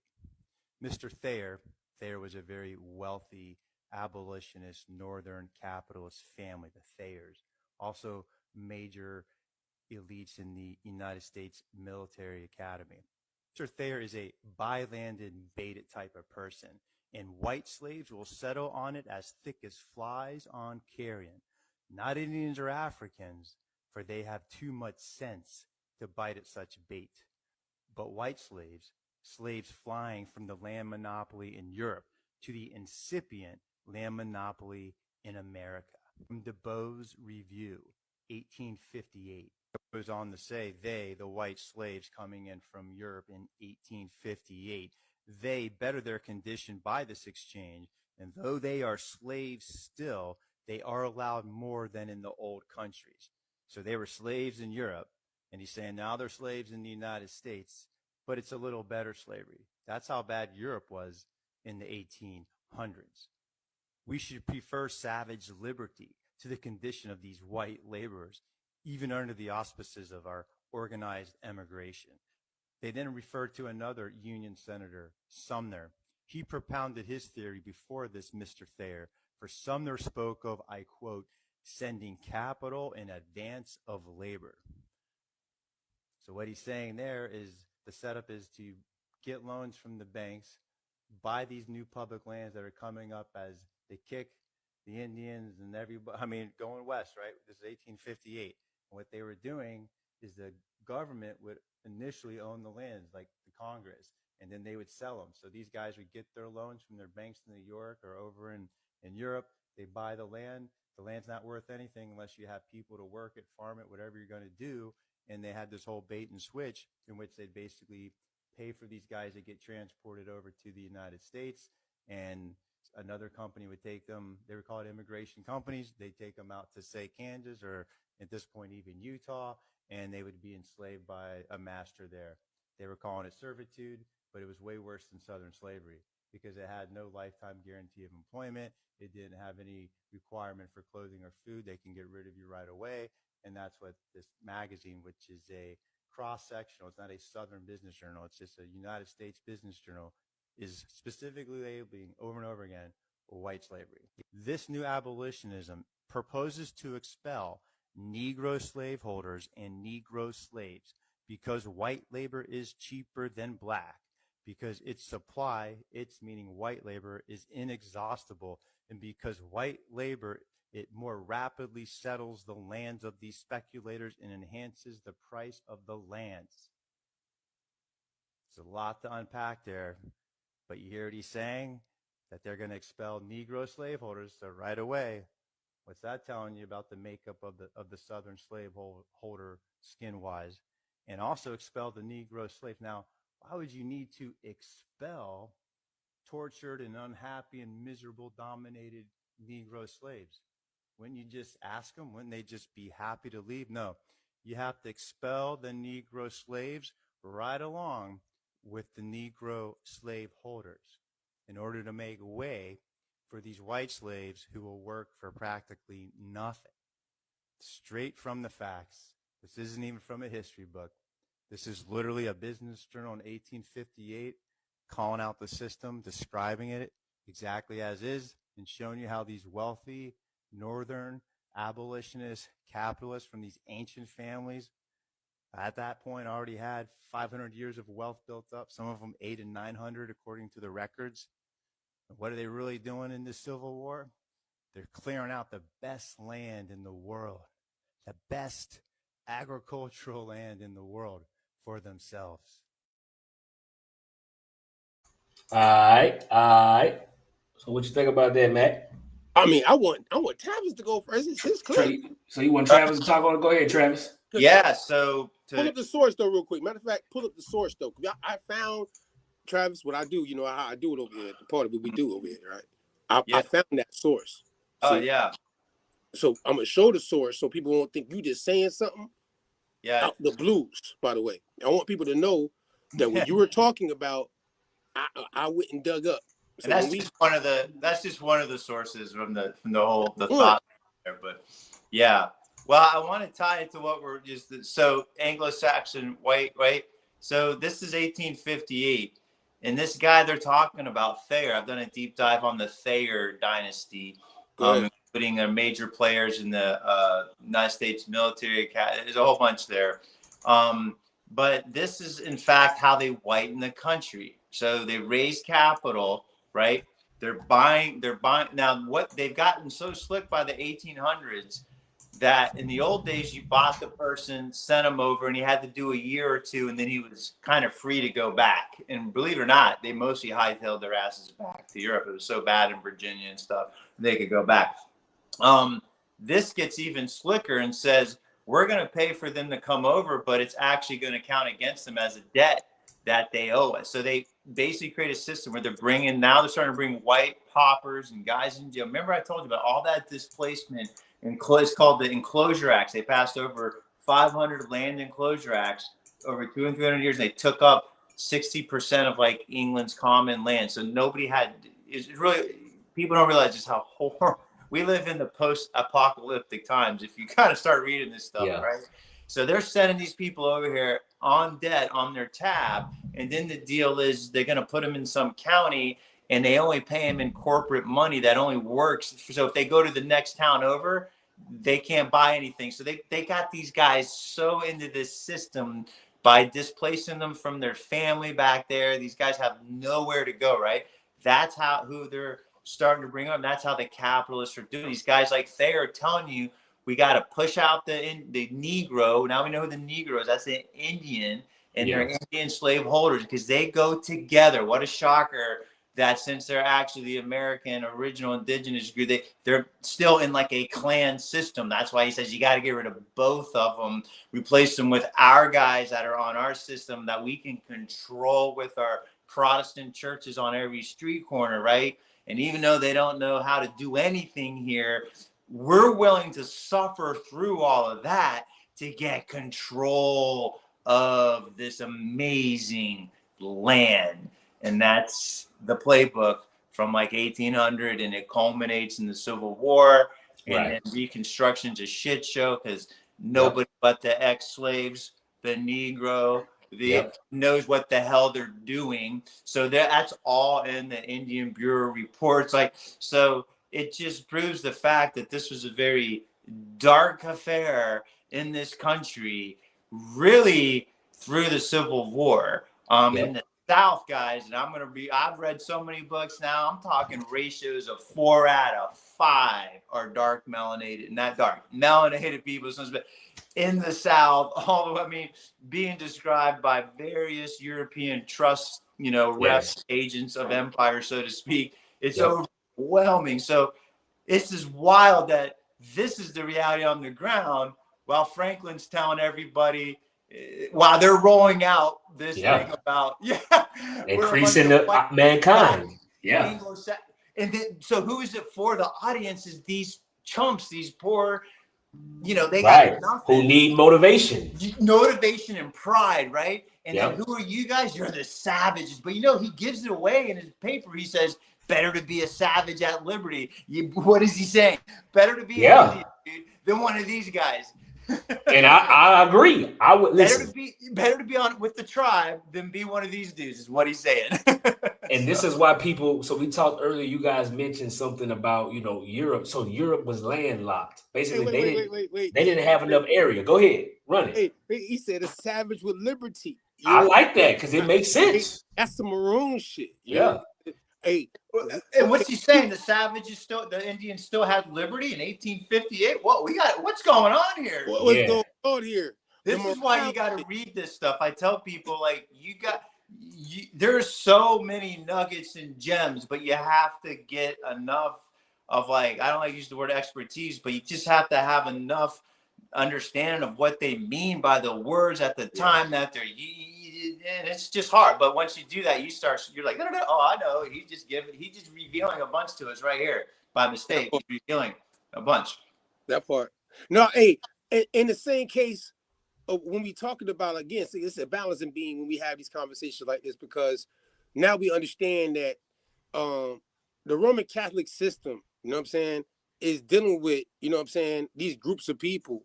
But see, again, in the beginning of the show and everything had got like kind of thrown off. I don't know if you recall, Travis. I asked you, because you said something to us from the last time you was on our show with us, right? And this, and the Anglo-Saxon Protestant part. You see what I'm saying? Oh, that yeah. You mentioned, right? Oh man, yes, that's the best. Right, because see, that's the big myth. That mythology, when people what's going on, white Anglo-Saxon Protestant. Yeah. You guys aren't messing with Rome. Yeah. So you're not messing with Rome. See, I gotta ask somebody that is of that background, so it won't be like crazy, because some people think all white folk all were doing the same stuff, and like how some people have a mythology about white people coming over here as free and elite positions. You know what I'm saying? Right. Anglo-Saxon Protestants goes back to Puritans. Right. And in the sense of the historical sense of that, before we even go into this part, you reminded me when last time talking to you, you said your people have ties to being obviously Anglo-Saxon and Protestants. You know what I'm saying? And I'm like, wow, your peoples ain't tied to this at all. So when people think of you here in America and how you got here and what you went through, they have no idea. You know what I'm saying? So I'm being genuine. Why I wanted to bring you back off of our doing this bill tonight, off the Anglo-Saxon connection to America, because I thought of you when we did our last show. Yeah, and I mean, again, I just want to say this too. Like, basically, at least like half the people they're bringing over weren't from the British Isles, so it's like a real myth. Like, so they're bringing people, and they're like, and they're forcing them to even become fit this mold as well. As I guess is what I'm saying, and this is this new mold, and they, in that century, the 1800s, Catholic America was often swarthy. I mean, there's a whole thing about that people, don't know. So the white Anglo-Saxon is definitely this thing that they're rolling out, because you got too many swarthy Catholics running around, and they might be a little bit not on our system. We want the other word they used at the time, a good Republican citizen with a small R Republican. And that actually means a very specific thing. It's that person that it really buys into all this, all these rules and a police on every corner, and in this whole system that they've created.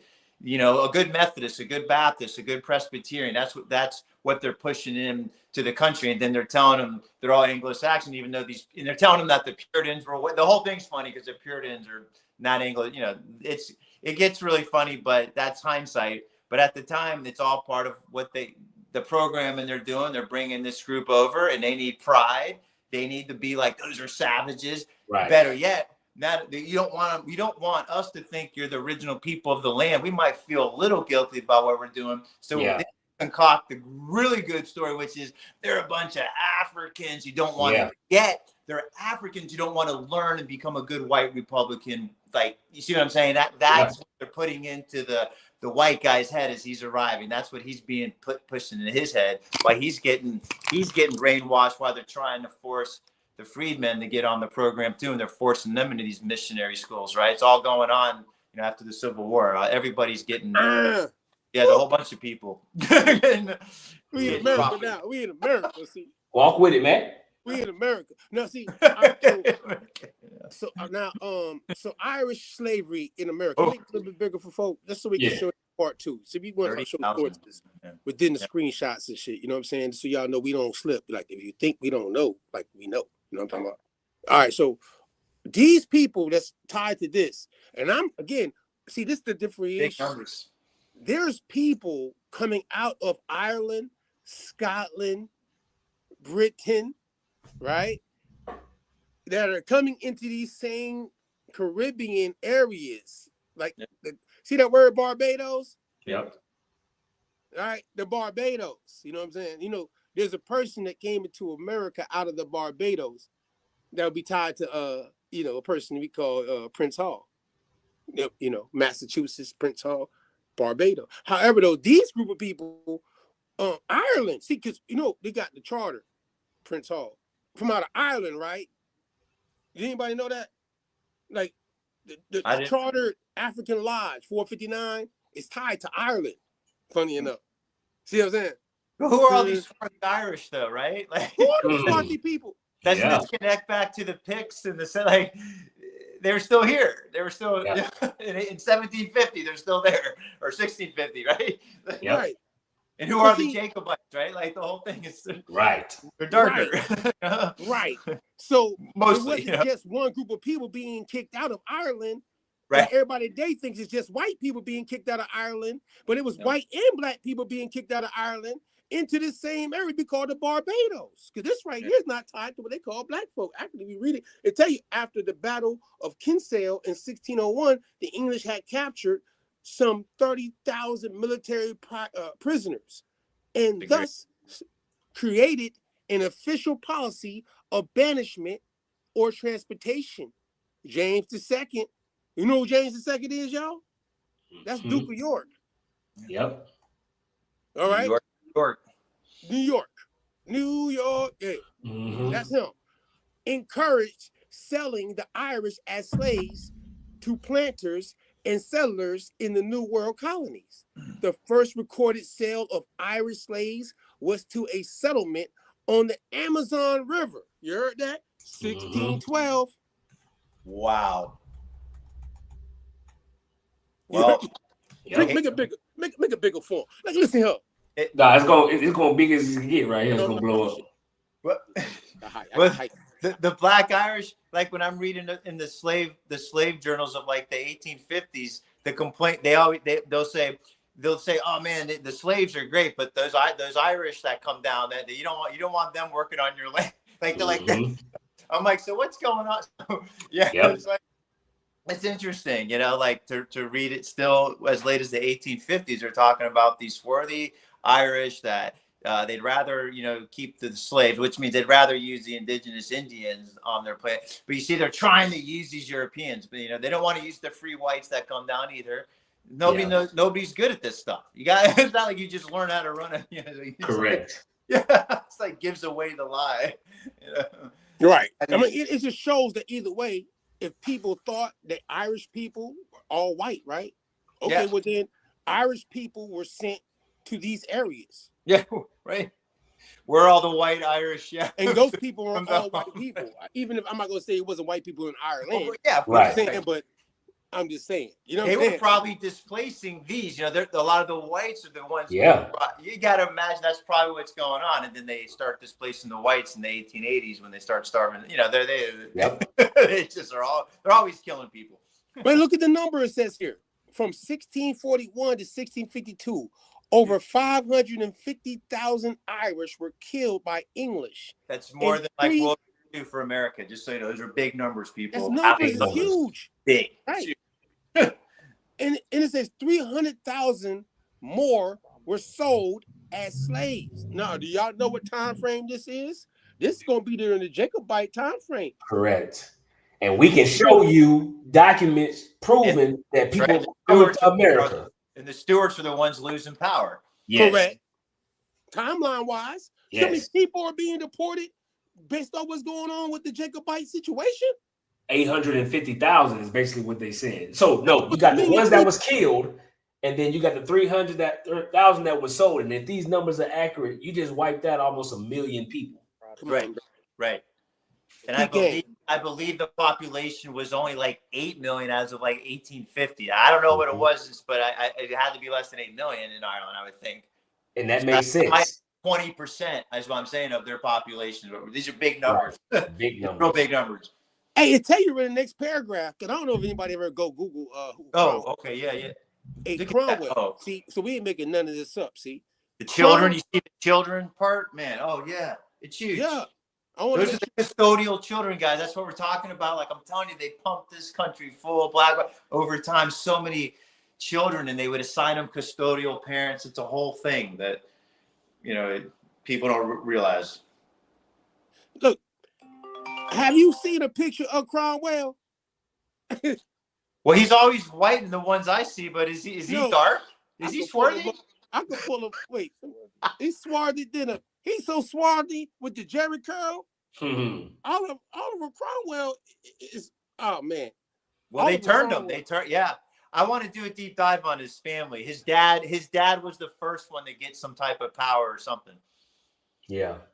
All I know is, I right now, actually, I should have thought about this, but see, I ain't gonna lie, I slipped, see, because I got thrown off earlier, see, so I apologize, but see, I'm gonna find it for y'all, because I don't be capping. I'm gonna find it. I'm gonna post it. You hear me? Listen here, 1649. All I know, the timeline is on point though, and if you want to think they black or white in your mind, this is what's happening either way.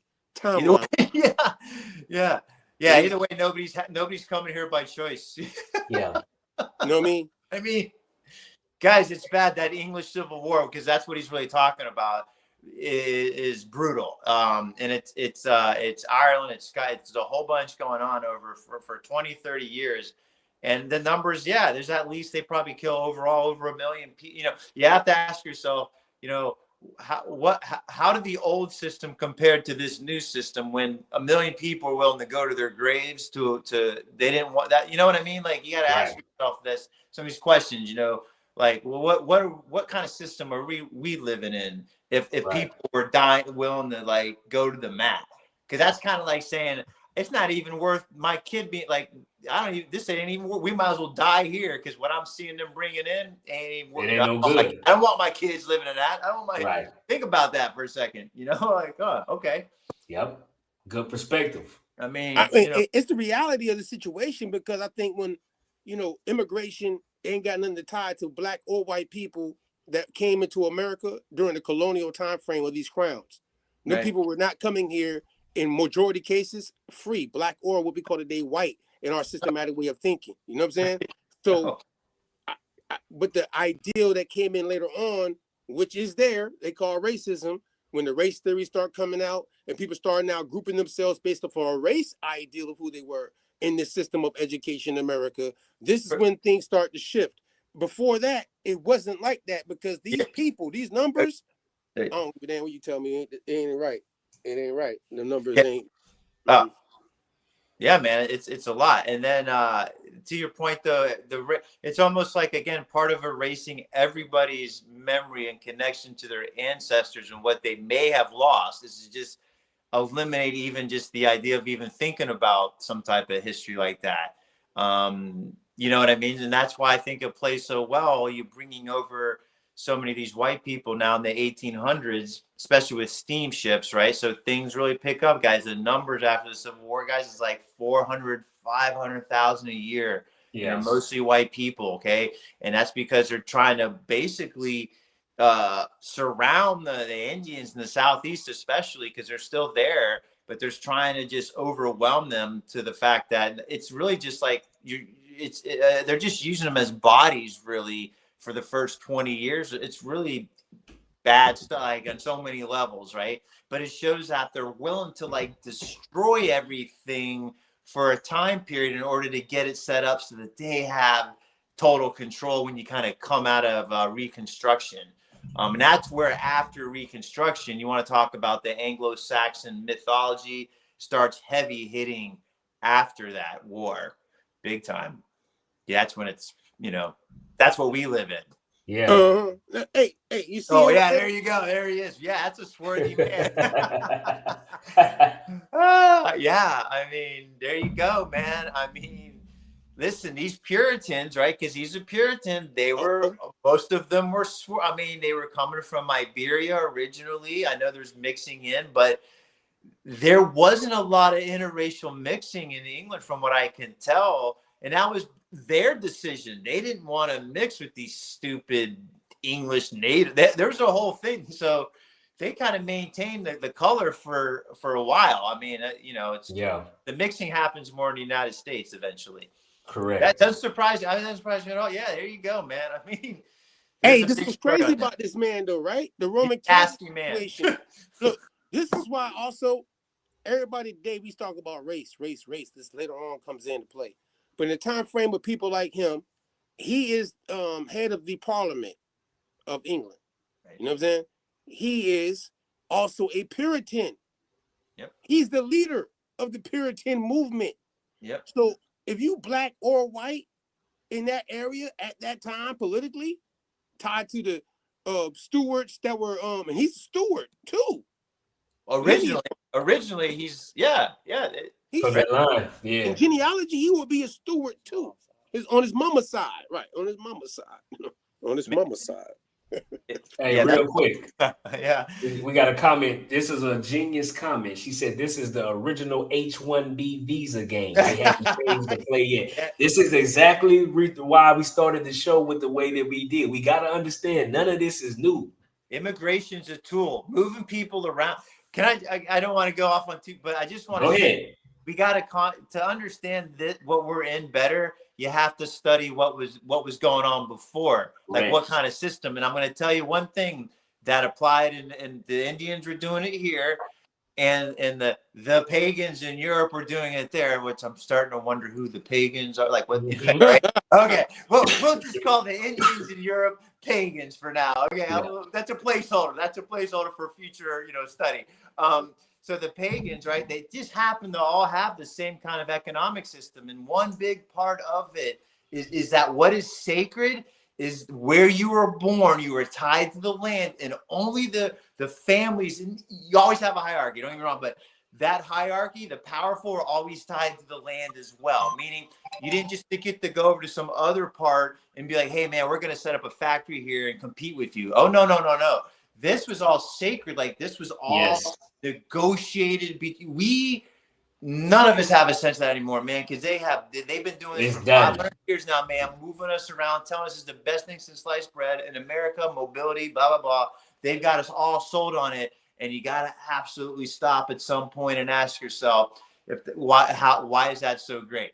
How does that, how does that help you?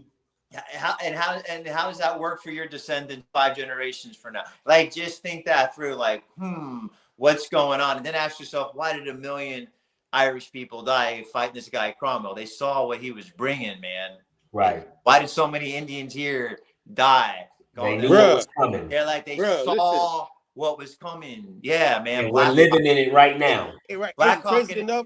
This is the thing I want to get to. Crazy that because of the fact that the influence of people having to shift from the Stuart Roman Catholic influence, and even before King Charles II or James II, who obviously are in lineage tied to King James VI, the first, and how at that time frame people that trace him famously because of the Bible that he authored or put out, you know what I'm saying, underneath his authority of divine kings and shit, ideal of things. And we don't have time for that tonight. I apologize. We got to bring this back. And look, I'm gonna bring this back because of this reason.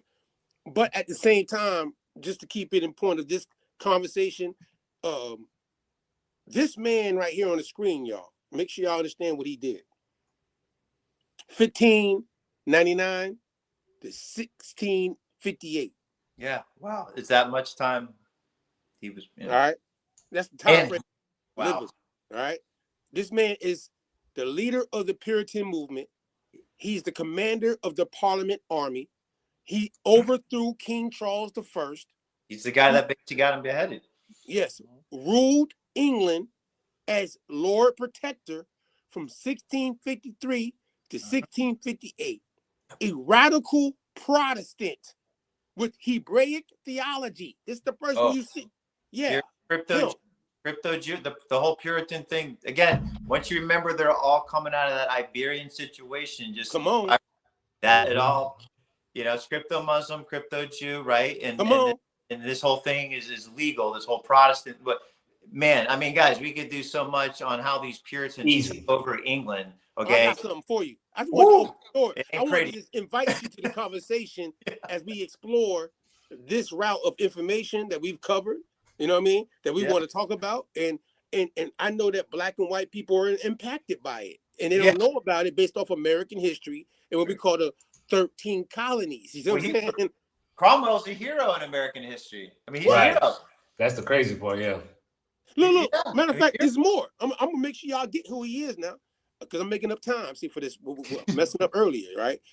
Cromwell, Puritans, religious minority, persecuted by under the Church of England, seen as extreme Hebrew Christians. Hebrew Christians. You see how he look, all right? Obsessed with the Tanakh law. Shabbat law. Just like William Penn, the Quaker. Listen, I'm trying to go somewhere with this. Listen, you know why? The Puritans, when they came over here amongst in the 13 colonies, tied to this time frame, that's when you find a lot of historical information pointing to the Aboriginal groups in America being the 10 lost tribes. It's tied to the Puritans. Yeah. It's tied to these group of people. That's their perception. Yeah, their framework. Yes. Understand?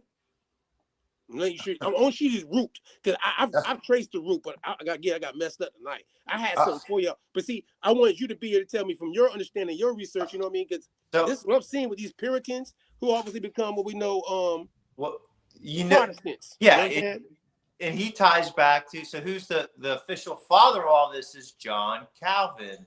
That's why I do deep. So the reason I started my focus on that area is that's when they create this new Protestant thing, and it is super Jewish and super Muslim from Iberia, from the Mediterranean area. It's totally, I mean, Catholicism at that time, I'm talking about at that time, was very hands off the average person. The average person just do your thing, like show up, do mass, and then go live your life. Like, that's it. This stuff is the beginning of like policing every dude's behavior.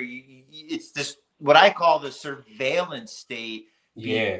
These guys, and there's a real history to it, and their rituals and their way of social control is right out of what was going on in Iberia in their communities there. Yeah, it's intriguing.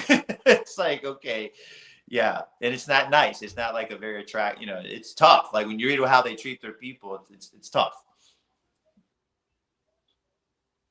All right, but I want to make sure we got that right. Cromwell, I want to go back to another clip because I'm sorry for y'all. Tonight we're making it up. We're going a little bit over Sunday. That's a great picture, man. I hadn't seen that one. That's not surprised at all.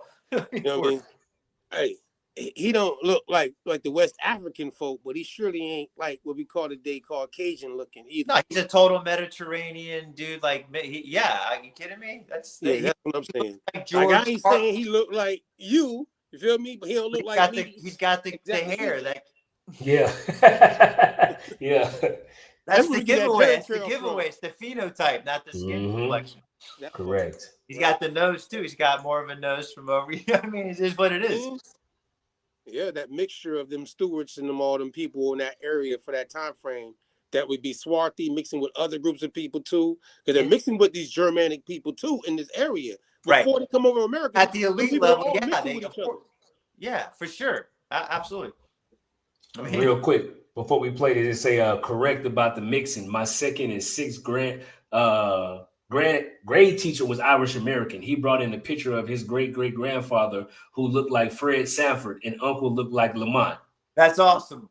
That's Red Fox, baby. Yeah, I mean, come on. Like, it starts becoming, my favorite example right now is a lot of these 1960s rock and rollers. It's just becoming obvious to me that they were subversive Indians. It's Jimi Hendrix. I mean, dude's an Indian. He's wearing feathers in his cap, and he's got, he's not African. It's like, come on.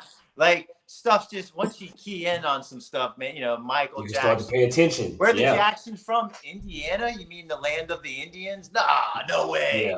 Yeah, come on. Like, on and on, right? Like, okay.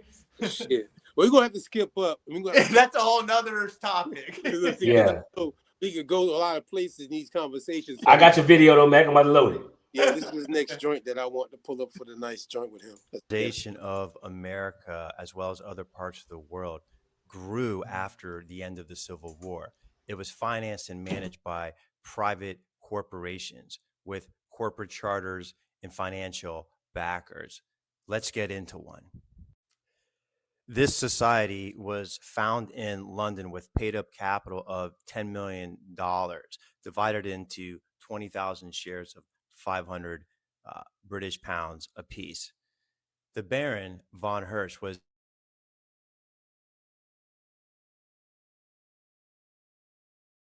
in the late 1890s, he passed on $150 million to his wife. To put that wealth in perspective, that amount of money today growing at 7% annually, we would be worth $706,420,000,000 today. The association is formed in London by Baron von Hirsch with, I quote, to assist and promote the emigration of certain people from any parts of Europe or Asia in order to establish colonies for agricultural, commercial, and other purposes. Who were these certain people? These were the victims, mostly peasants, of the Russian wars against internal in Poland and also within its own country, as well as all the way across to the Caucasus region above Turkey. They were driving various tribes of people, mostly light-skinned, out of these areas. These corporations then were finding them, shipping them to other parts of the world. The corporate charter continues with more details. To establish settlements in any territories or lands except Europe, or in which the company is interested to develop, and they will do this by clearing, draining, fencing, planting, and otherwise. To construct and establish the maintenance and development of all such roadways, tramways, railways, bridges, harbors, reservoir, watercourses, wharves, embankments, on and on and on. Basically, the authority to construct villages and small cities. The corporate money would also be used to establish immigration agencies in various parts of Europe and Asia in order to construct, hire, charter, and equip steamships for the transport of colonists. Now, lest you think these corporations are doing this free to the settlers, the poor people that they're rescuing, it even says in the charter to make them pecuniary advances for building, farming, and other purposes. Advances. In other words, they're putting them in debt. So they're going to have to work off that debt one way or the other. Quoting here from a report by a Treasury Department investigator to the United States Congress. At this time, the United States has no peer on earth.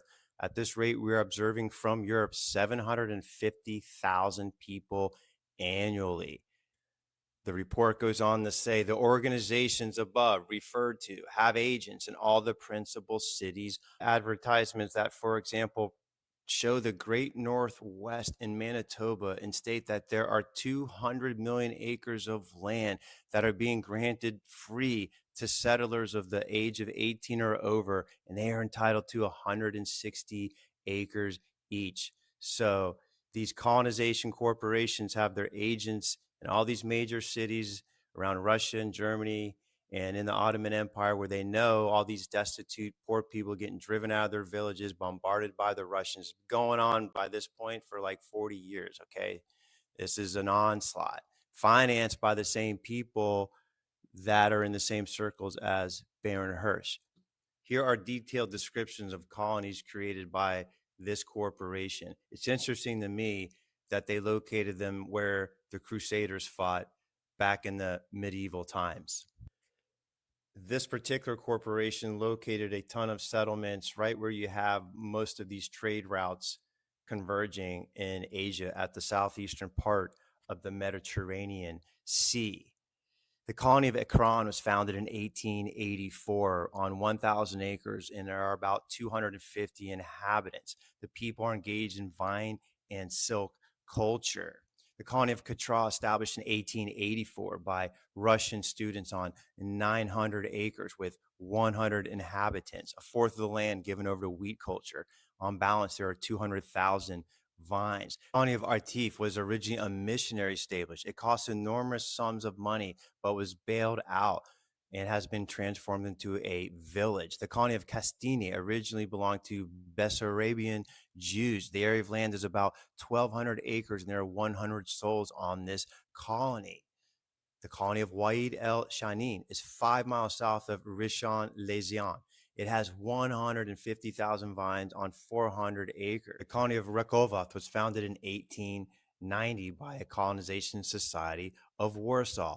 The colony of Petah Tikva, the largest of the colonies in this region, was founded in 1878 The colony of Zikron Jacob is the largest of all the colonies in the area. The extent is about 5,000 acres with a population of 2,000, found in 1882 by Romanians. The colony has a beautiful park and everything that goes to make an up-to-date village. But the most beautifully situated colony is that of the Rosh Pinah, north of Lake Tiberias, found in 1882.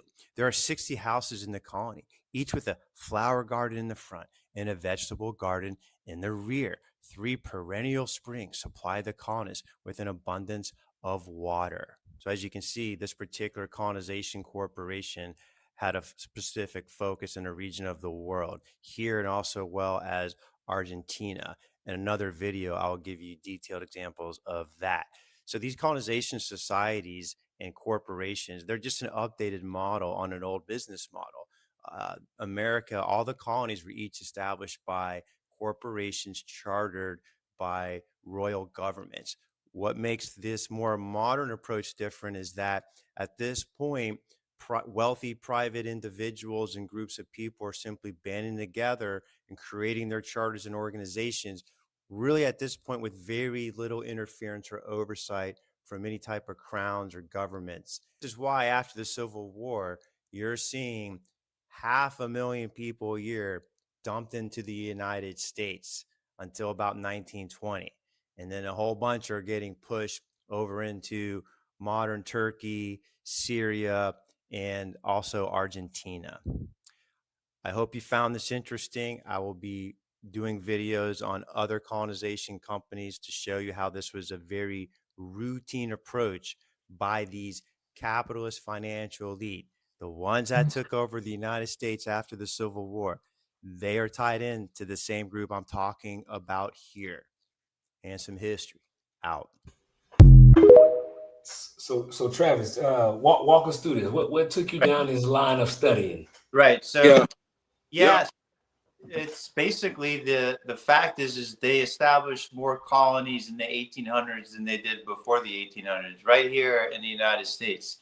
And the colonization actually continues after the Civil War. And what you literally have is corporation after corporation issuing shares to stockholders. They're all wealthy, dynastic wealth from Europe. That's who provides the money.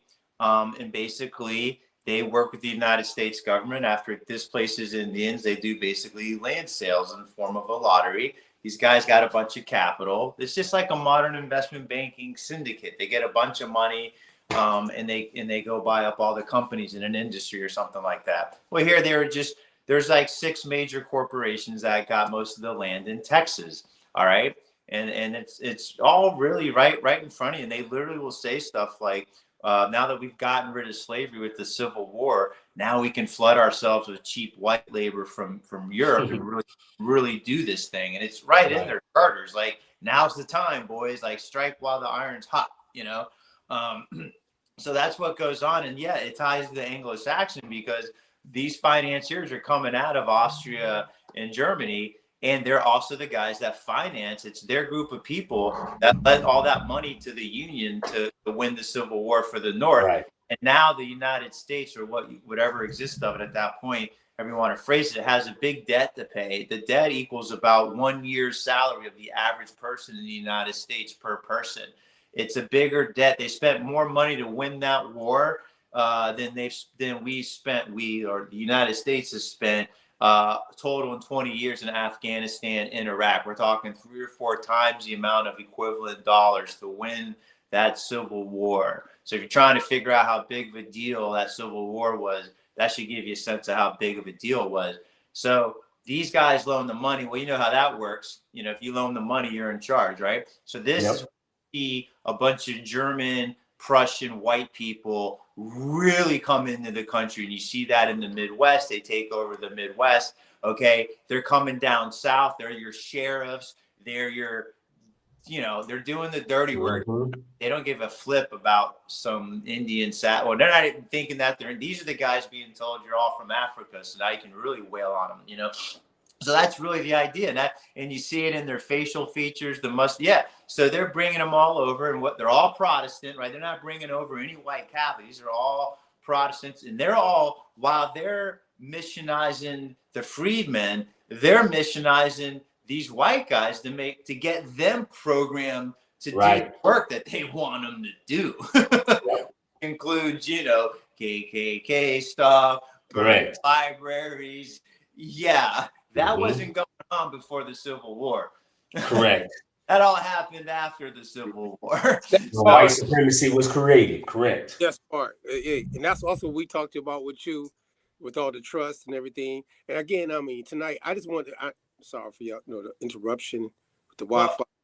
But I want to do a part 2 to this right here with you. But I didn't quite answer your question, because I do want to tie it, and I know it's another topic, but these are the same guys. So what I'm showing you with that video is, while they're colonizing the United States after the Civil War, the same group of money bags through the Jewish Colonization Agency, which is what the Association is under Baron von Hirsch, is colonizing what?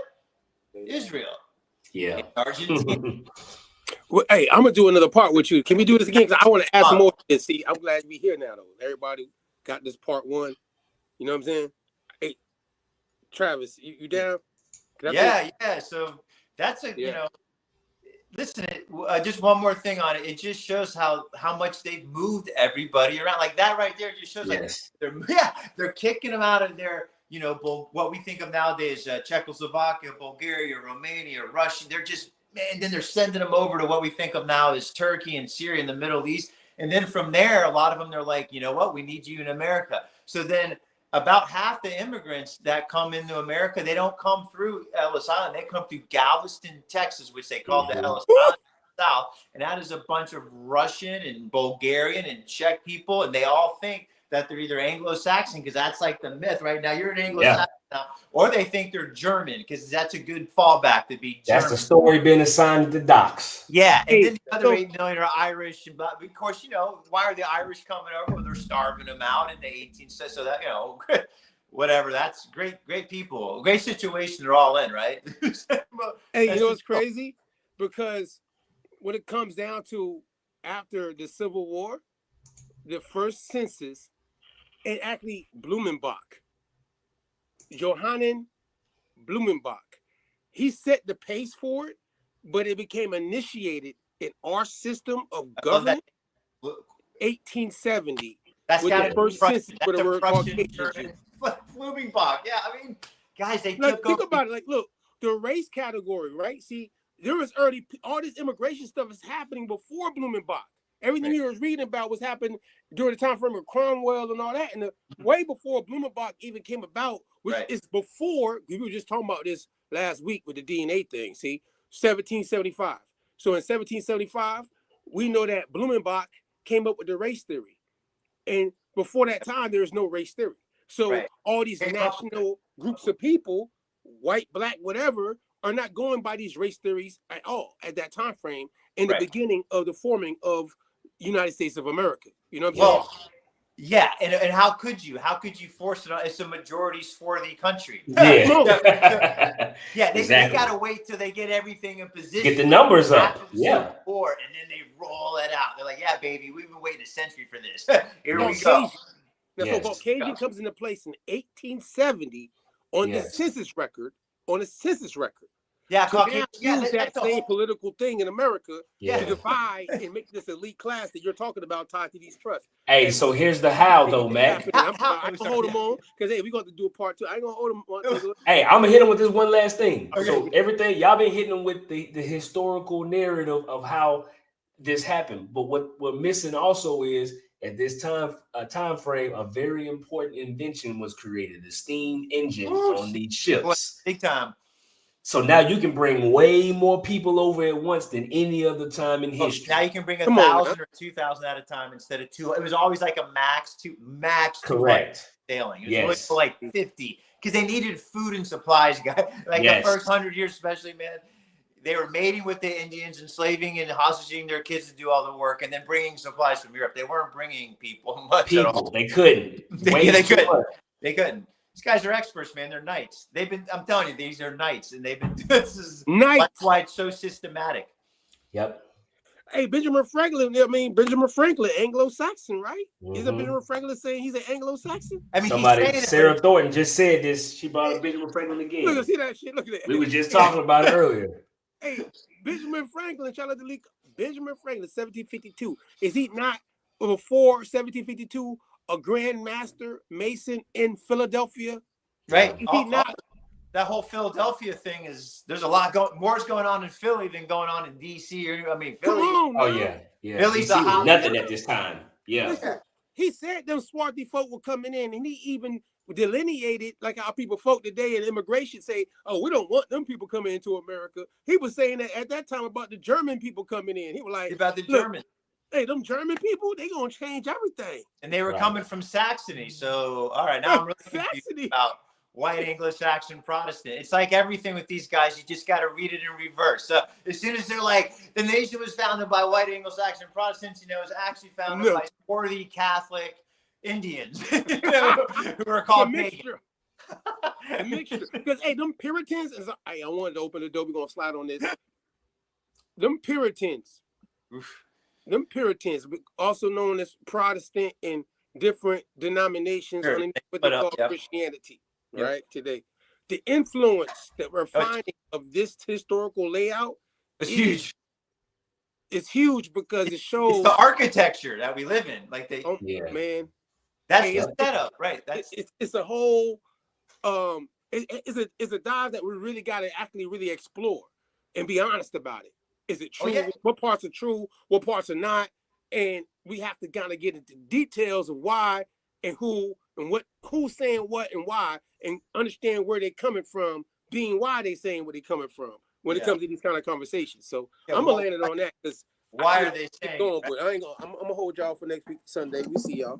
I appreciate it. Yeah, Travis, go ahead, finish your thought, and then I want you to.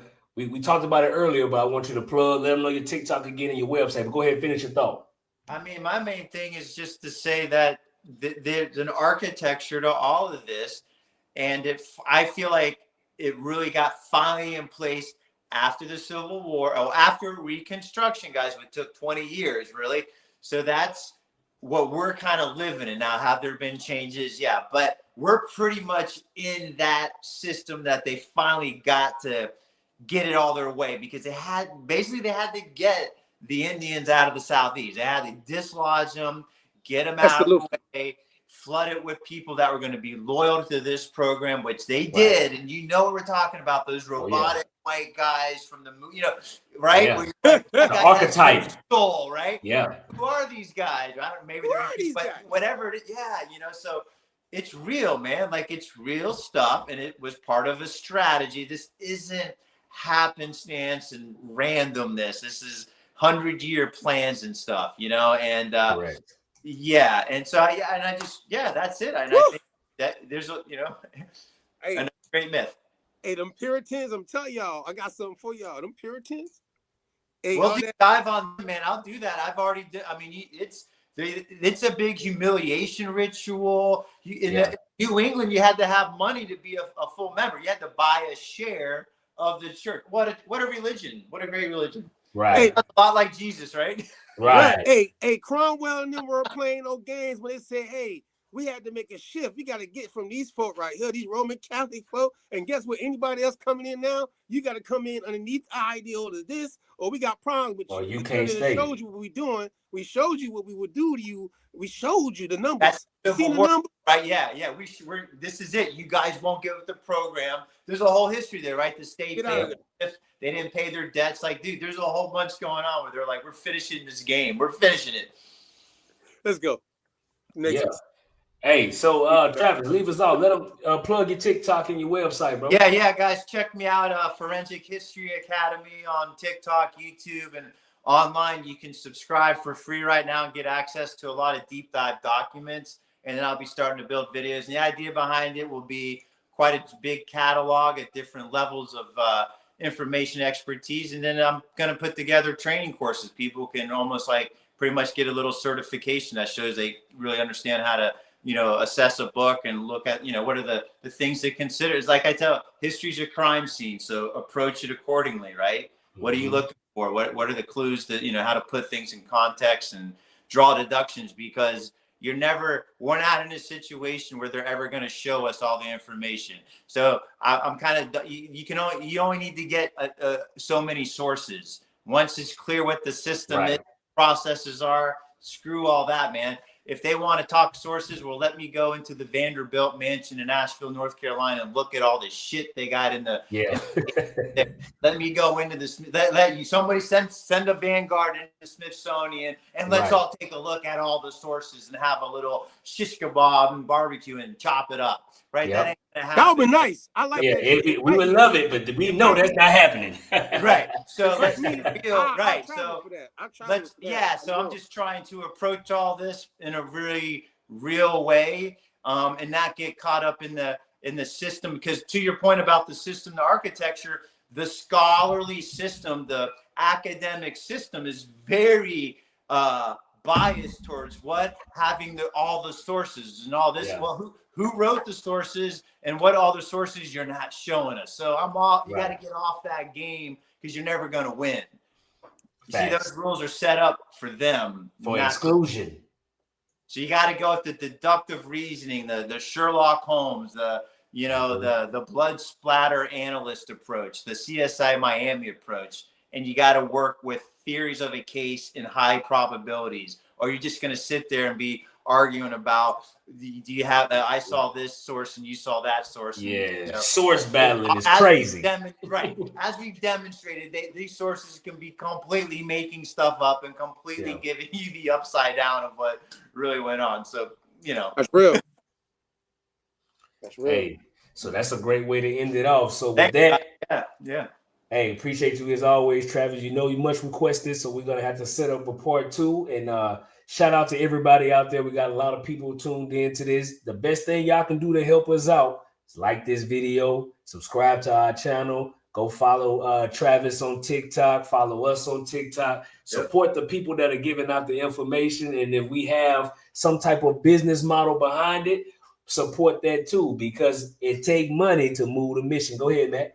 No, Marana, the harsh reality is live life autonomously. You heard me? Travis, I appreciate you. It's the third time, so after the third time we in, you know what I mean? You invite me to barbecue. Hey, yeah. You need to have a barbecue at the Smithsonian. Barbecue. Yeah. I read some. Or a fish fry. I don't know. Whatever we gonna do, we need to do it at the Smithsonian, though. But I'm gonna see you again on the camera. You hear me? Or on a mound. There you go. We do it big. Yeah. I like it. I think that'd be good. I mean, hey, we're just here having a barbecue, boss. There it is. Hey, so we're not saying y'all have a good one. Peace to you, Travis. Take care, everybody. All right, y'all. Peace.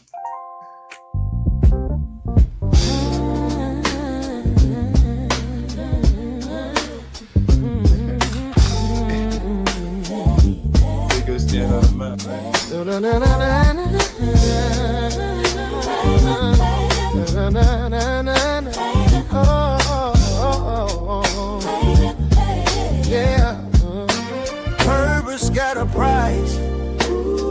Ain't no way around it.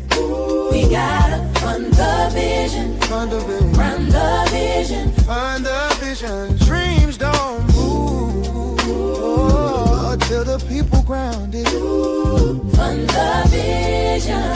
Fund the vision.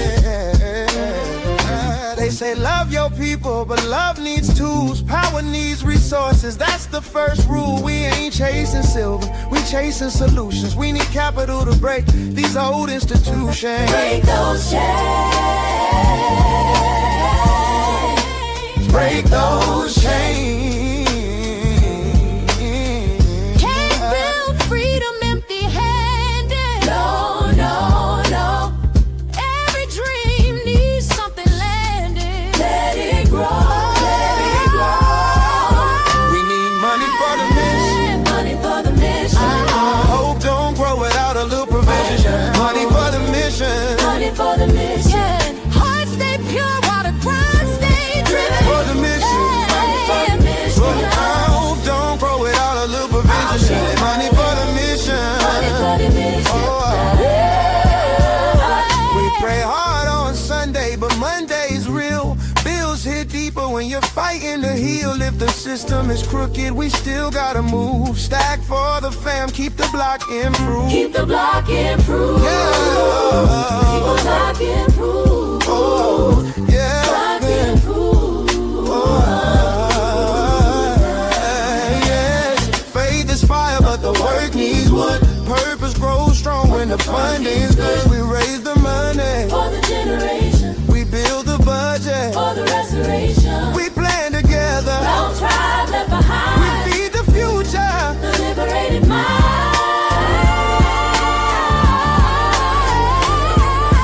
Now we need money for the mission. Money for the mission. Freedom takes funding and strategic position. We need money for the mission. Money for the mission. Every dollar righteous, every plan with wisdom. Money for the mission. We build for the children. We build for the kingdom.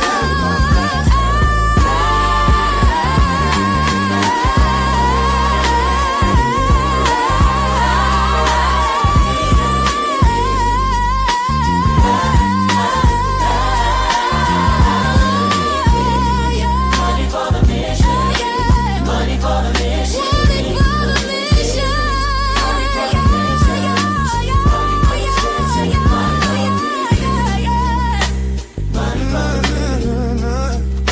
Money for the mission. Keep the vision. Keep the vision. Build the vision. Money for the mission. Money for the mission.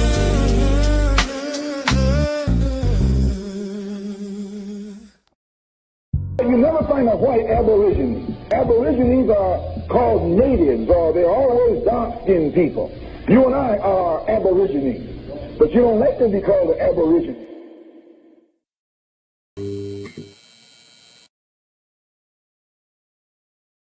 Yeah, man. Shout out to everybody that's tapped in with us.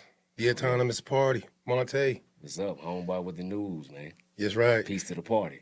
It's your boy Mac Gaither, as you know, founder, the Autonomous Party. The harsh reality is live life autonomously. That's why we want you to tap in with us. As we start this network vibe that we building out, you know what I'm saying? We want you to tap in, subscribe, check us out on, obviously, YouTube. Don't forget, we're on website, theautonomousparty.com, obviously, right? Yeah. Got to check out our website. Merch and stuff coming soon. We got some samples out there, but we're getting ready to go full launch with that too. The Patreon, when you go to Maroonville, if you don't know, it's like our virtual city type vibe. Yeah. You know what I'm saying? We try to do like the village, you hear me? So pull up to Maroonville and you'll see us do different things using that brand underneath the Autonomous Party, you heard me? So shout out to all them American Maroons out there, Esther Lusty, all my Gullah folk out there, all my indigenous people out there, you know what I mean? What we call black natives Oh, yeah. of America, you heard me? So Yeah. tap in with us. That's what it is, man. Hey, make sure you always keep up to date with the news. We got a lot of new programming coming for y'all. Appreciate all the support, man. Peace to the party. On the other side of this too is we've been trying to address certain things in our community, and this is why we have these different plugs in for conversations and dialogue, so we can open it up for everybody to tap in and you give us your feedback. So your feedback matters, you know what I'm saying, and what Most we definitely. do. You know what I'm saying? We want to make sure we keep it genuine with y'all, that we want y'all feedback from all the different communities that's tapped in, that understand that they relate to the ideal of being autonomous, Yeah. self-governing. We got to get back to that on a village and on a community on a national level. So that's why the whole brand is really about being autonomous, no matter if you subscribe to different identities underneath being an American or labeled black in America. This is the maroon side of it. So we're giving it to you this way, raw, uncut. And I would say, you know, just to add, you know, a lot of people think we're not trying to ruffle no feathers, bro. We're not trying to antagonize people when we make sure we come and share the version of history that we've researched and provide sources for. Is really to build. You know what I'm saying? So now we are, in the effort to do that, we are expanding our outreach. You know what I'm saying, Mac? Definitely. Like we want this to be for everybody to take on the message and challenge us if you feel like we've said something wrong, but come with your sources and we all come with respect and we can do that. You know what I'm saying? So That's really all I got on it, man. Yeah, man. Just still, what I mean, we always transparent. That's why we do these things like this. And when you get this clip, we hopefully, again, share it out to the community, tap in with us. We're on all social platforms. You can find us. Basically, you can see us everywhere. We got YouTube. YouTube. Sure. Yeah. TikTok. Yeah. X. News. Right. You hear me? That's our news, like all the clips and stuff. Information, if you want to read and you like to read, we drop a lot of information on X that you could read from the source standpoint of our builds, actually. You know what I mean? And crazy enough, you'll see so much stuff on there. You'll be like, which video or what one it come from? Yeah. There's a lot of content there. So we would like for you to go, if you like to read, there's clips there. And obviously the exclusive stuff is going to be on Patreon. Right. So our Patreon is set Subscribe up. to Patreon to them. So Patreon is set up to where we're going to be doing our classes from there, programs from there. Obviously the social things that we have going on exclusively for those who subscribe. They'll have access to being able to tap in with us that way. And then at the same time, we're looking to, expand that community. That's why we call it Maroonville. Even though it's our social club, it's called the Autonomous Party Social Club.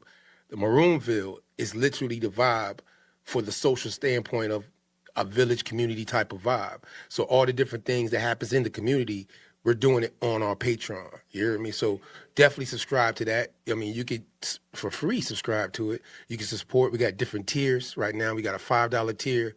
We got Sunday service tier, Maroonville, Sunday service. And for my, for the ministry side even, our social members on the ministry side, that's right, the Autonomous Party Ecclesia, the Assembly, you heard? We do have the ministry set up. You know what I mean? That's what we did this year. Take the time to set up that side of the party. And now that's why we're coming back to this media side to give you that vibe, content-wise, on a network level. You feel what I'm saying? So these different exclusive things you're going to see us doing, interviews, etc., and obviously different network of people that we're going to be tapping into that's going to be bringing content to our platform for y'all to take in and, again, be autonomous with it. Do what's the best for you and yours. You heard me? So, again, it's your boy, Mac Aether. You heard me? The harsh reality is live life autonomously. That's the campaign, and the party is the Autonomous Party. You heard me? So tap in.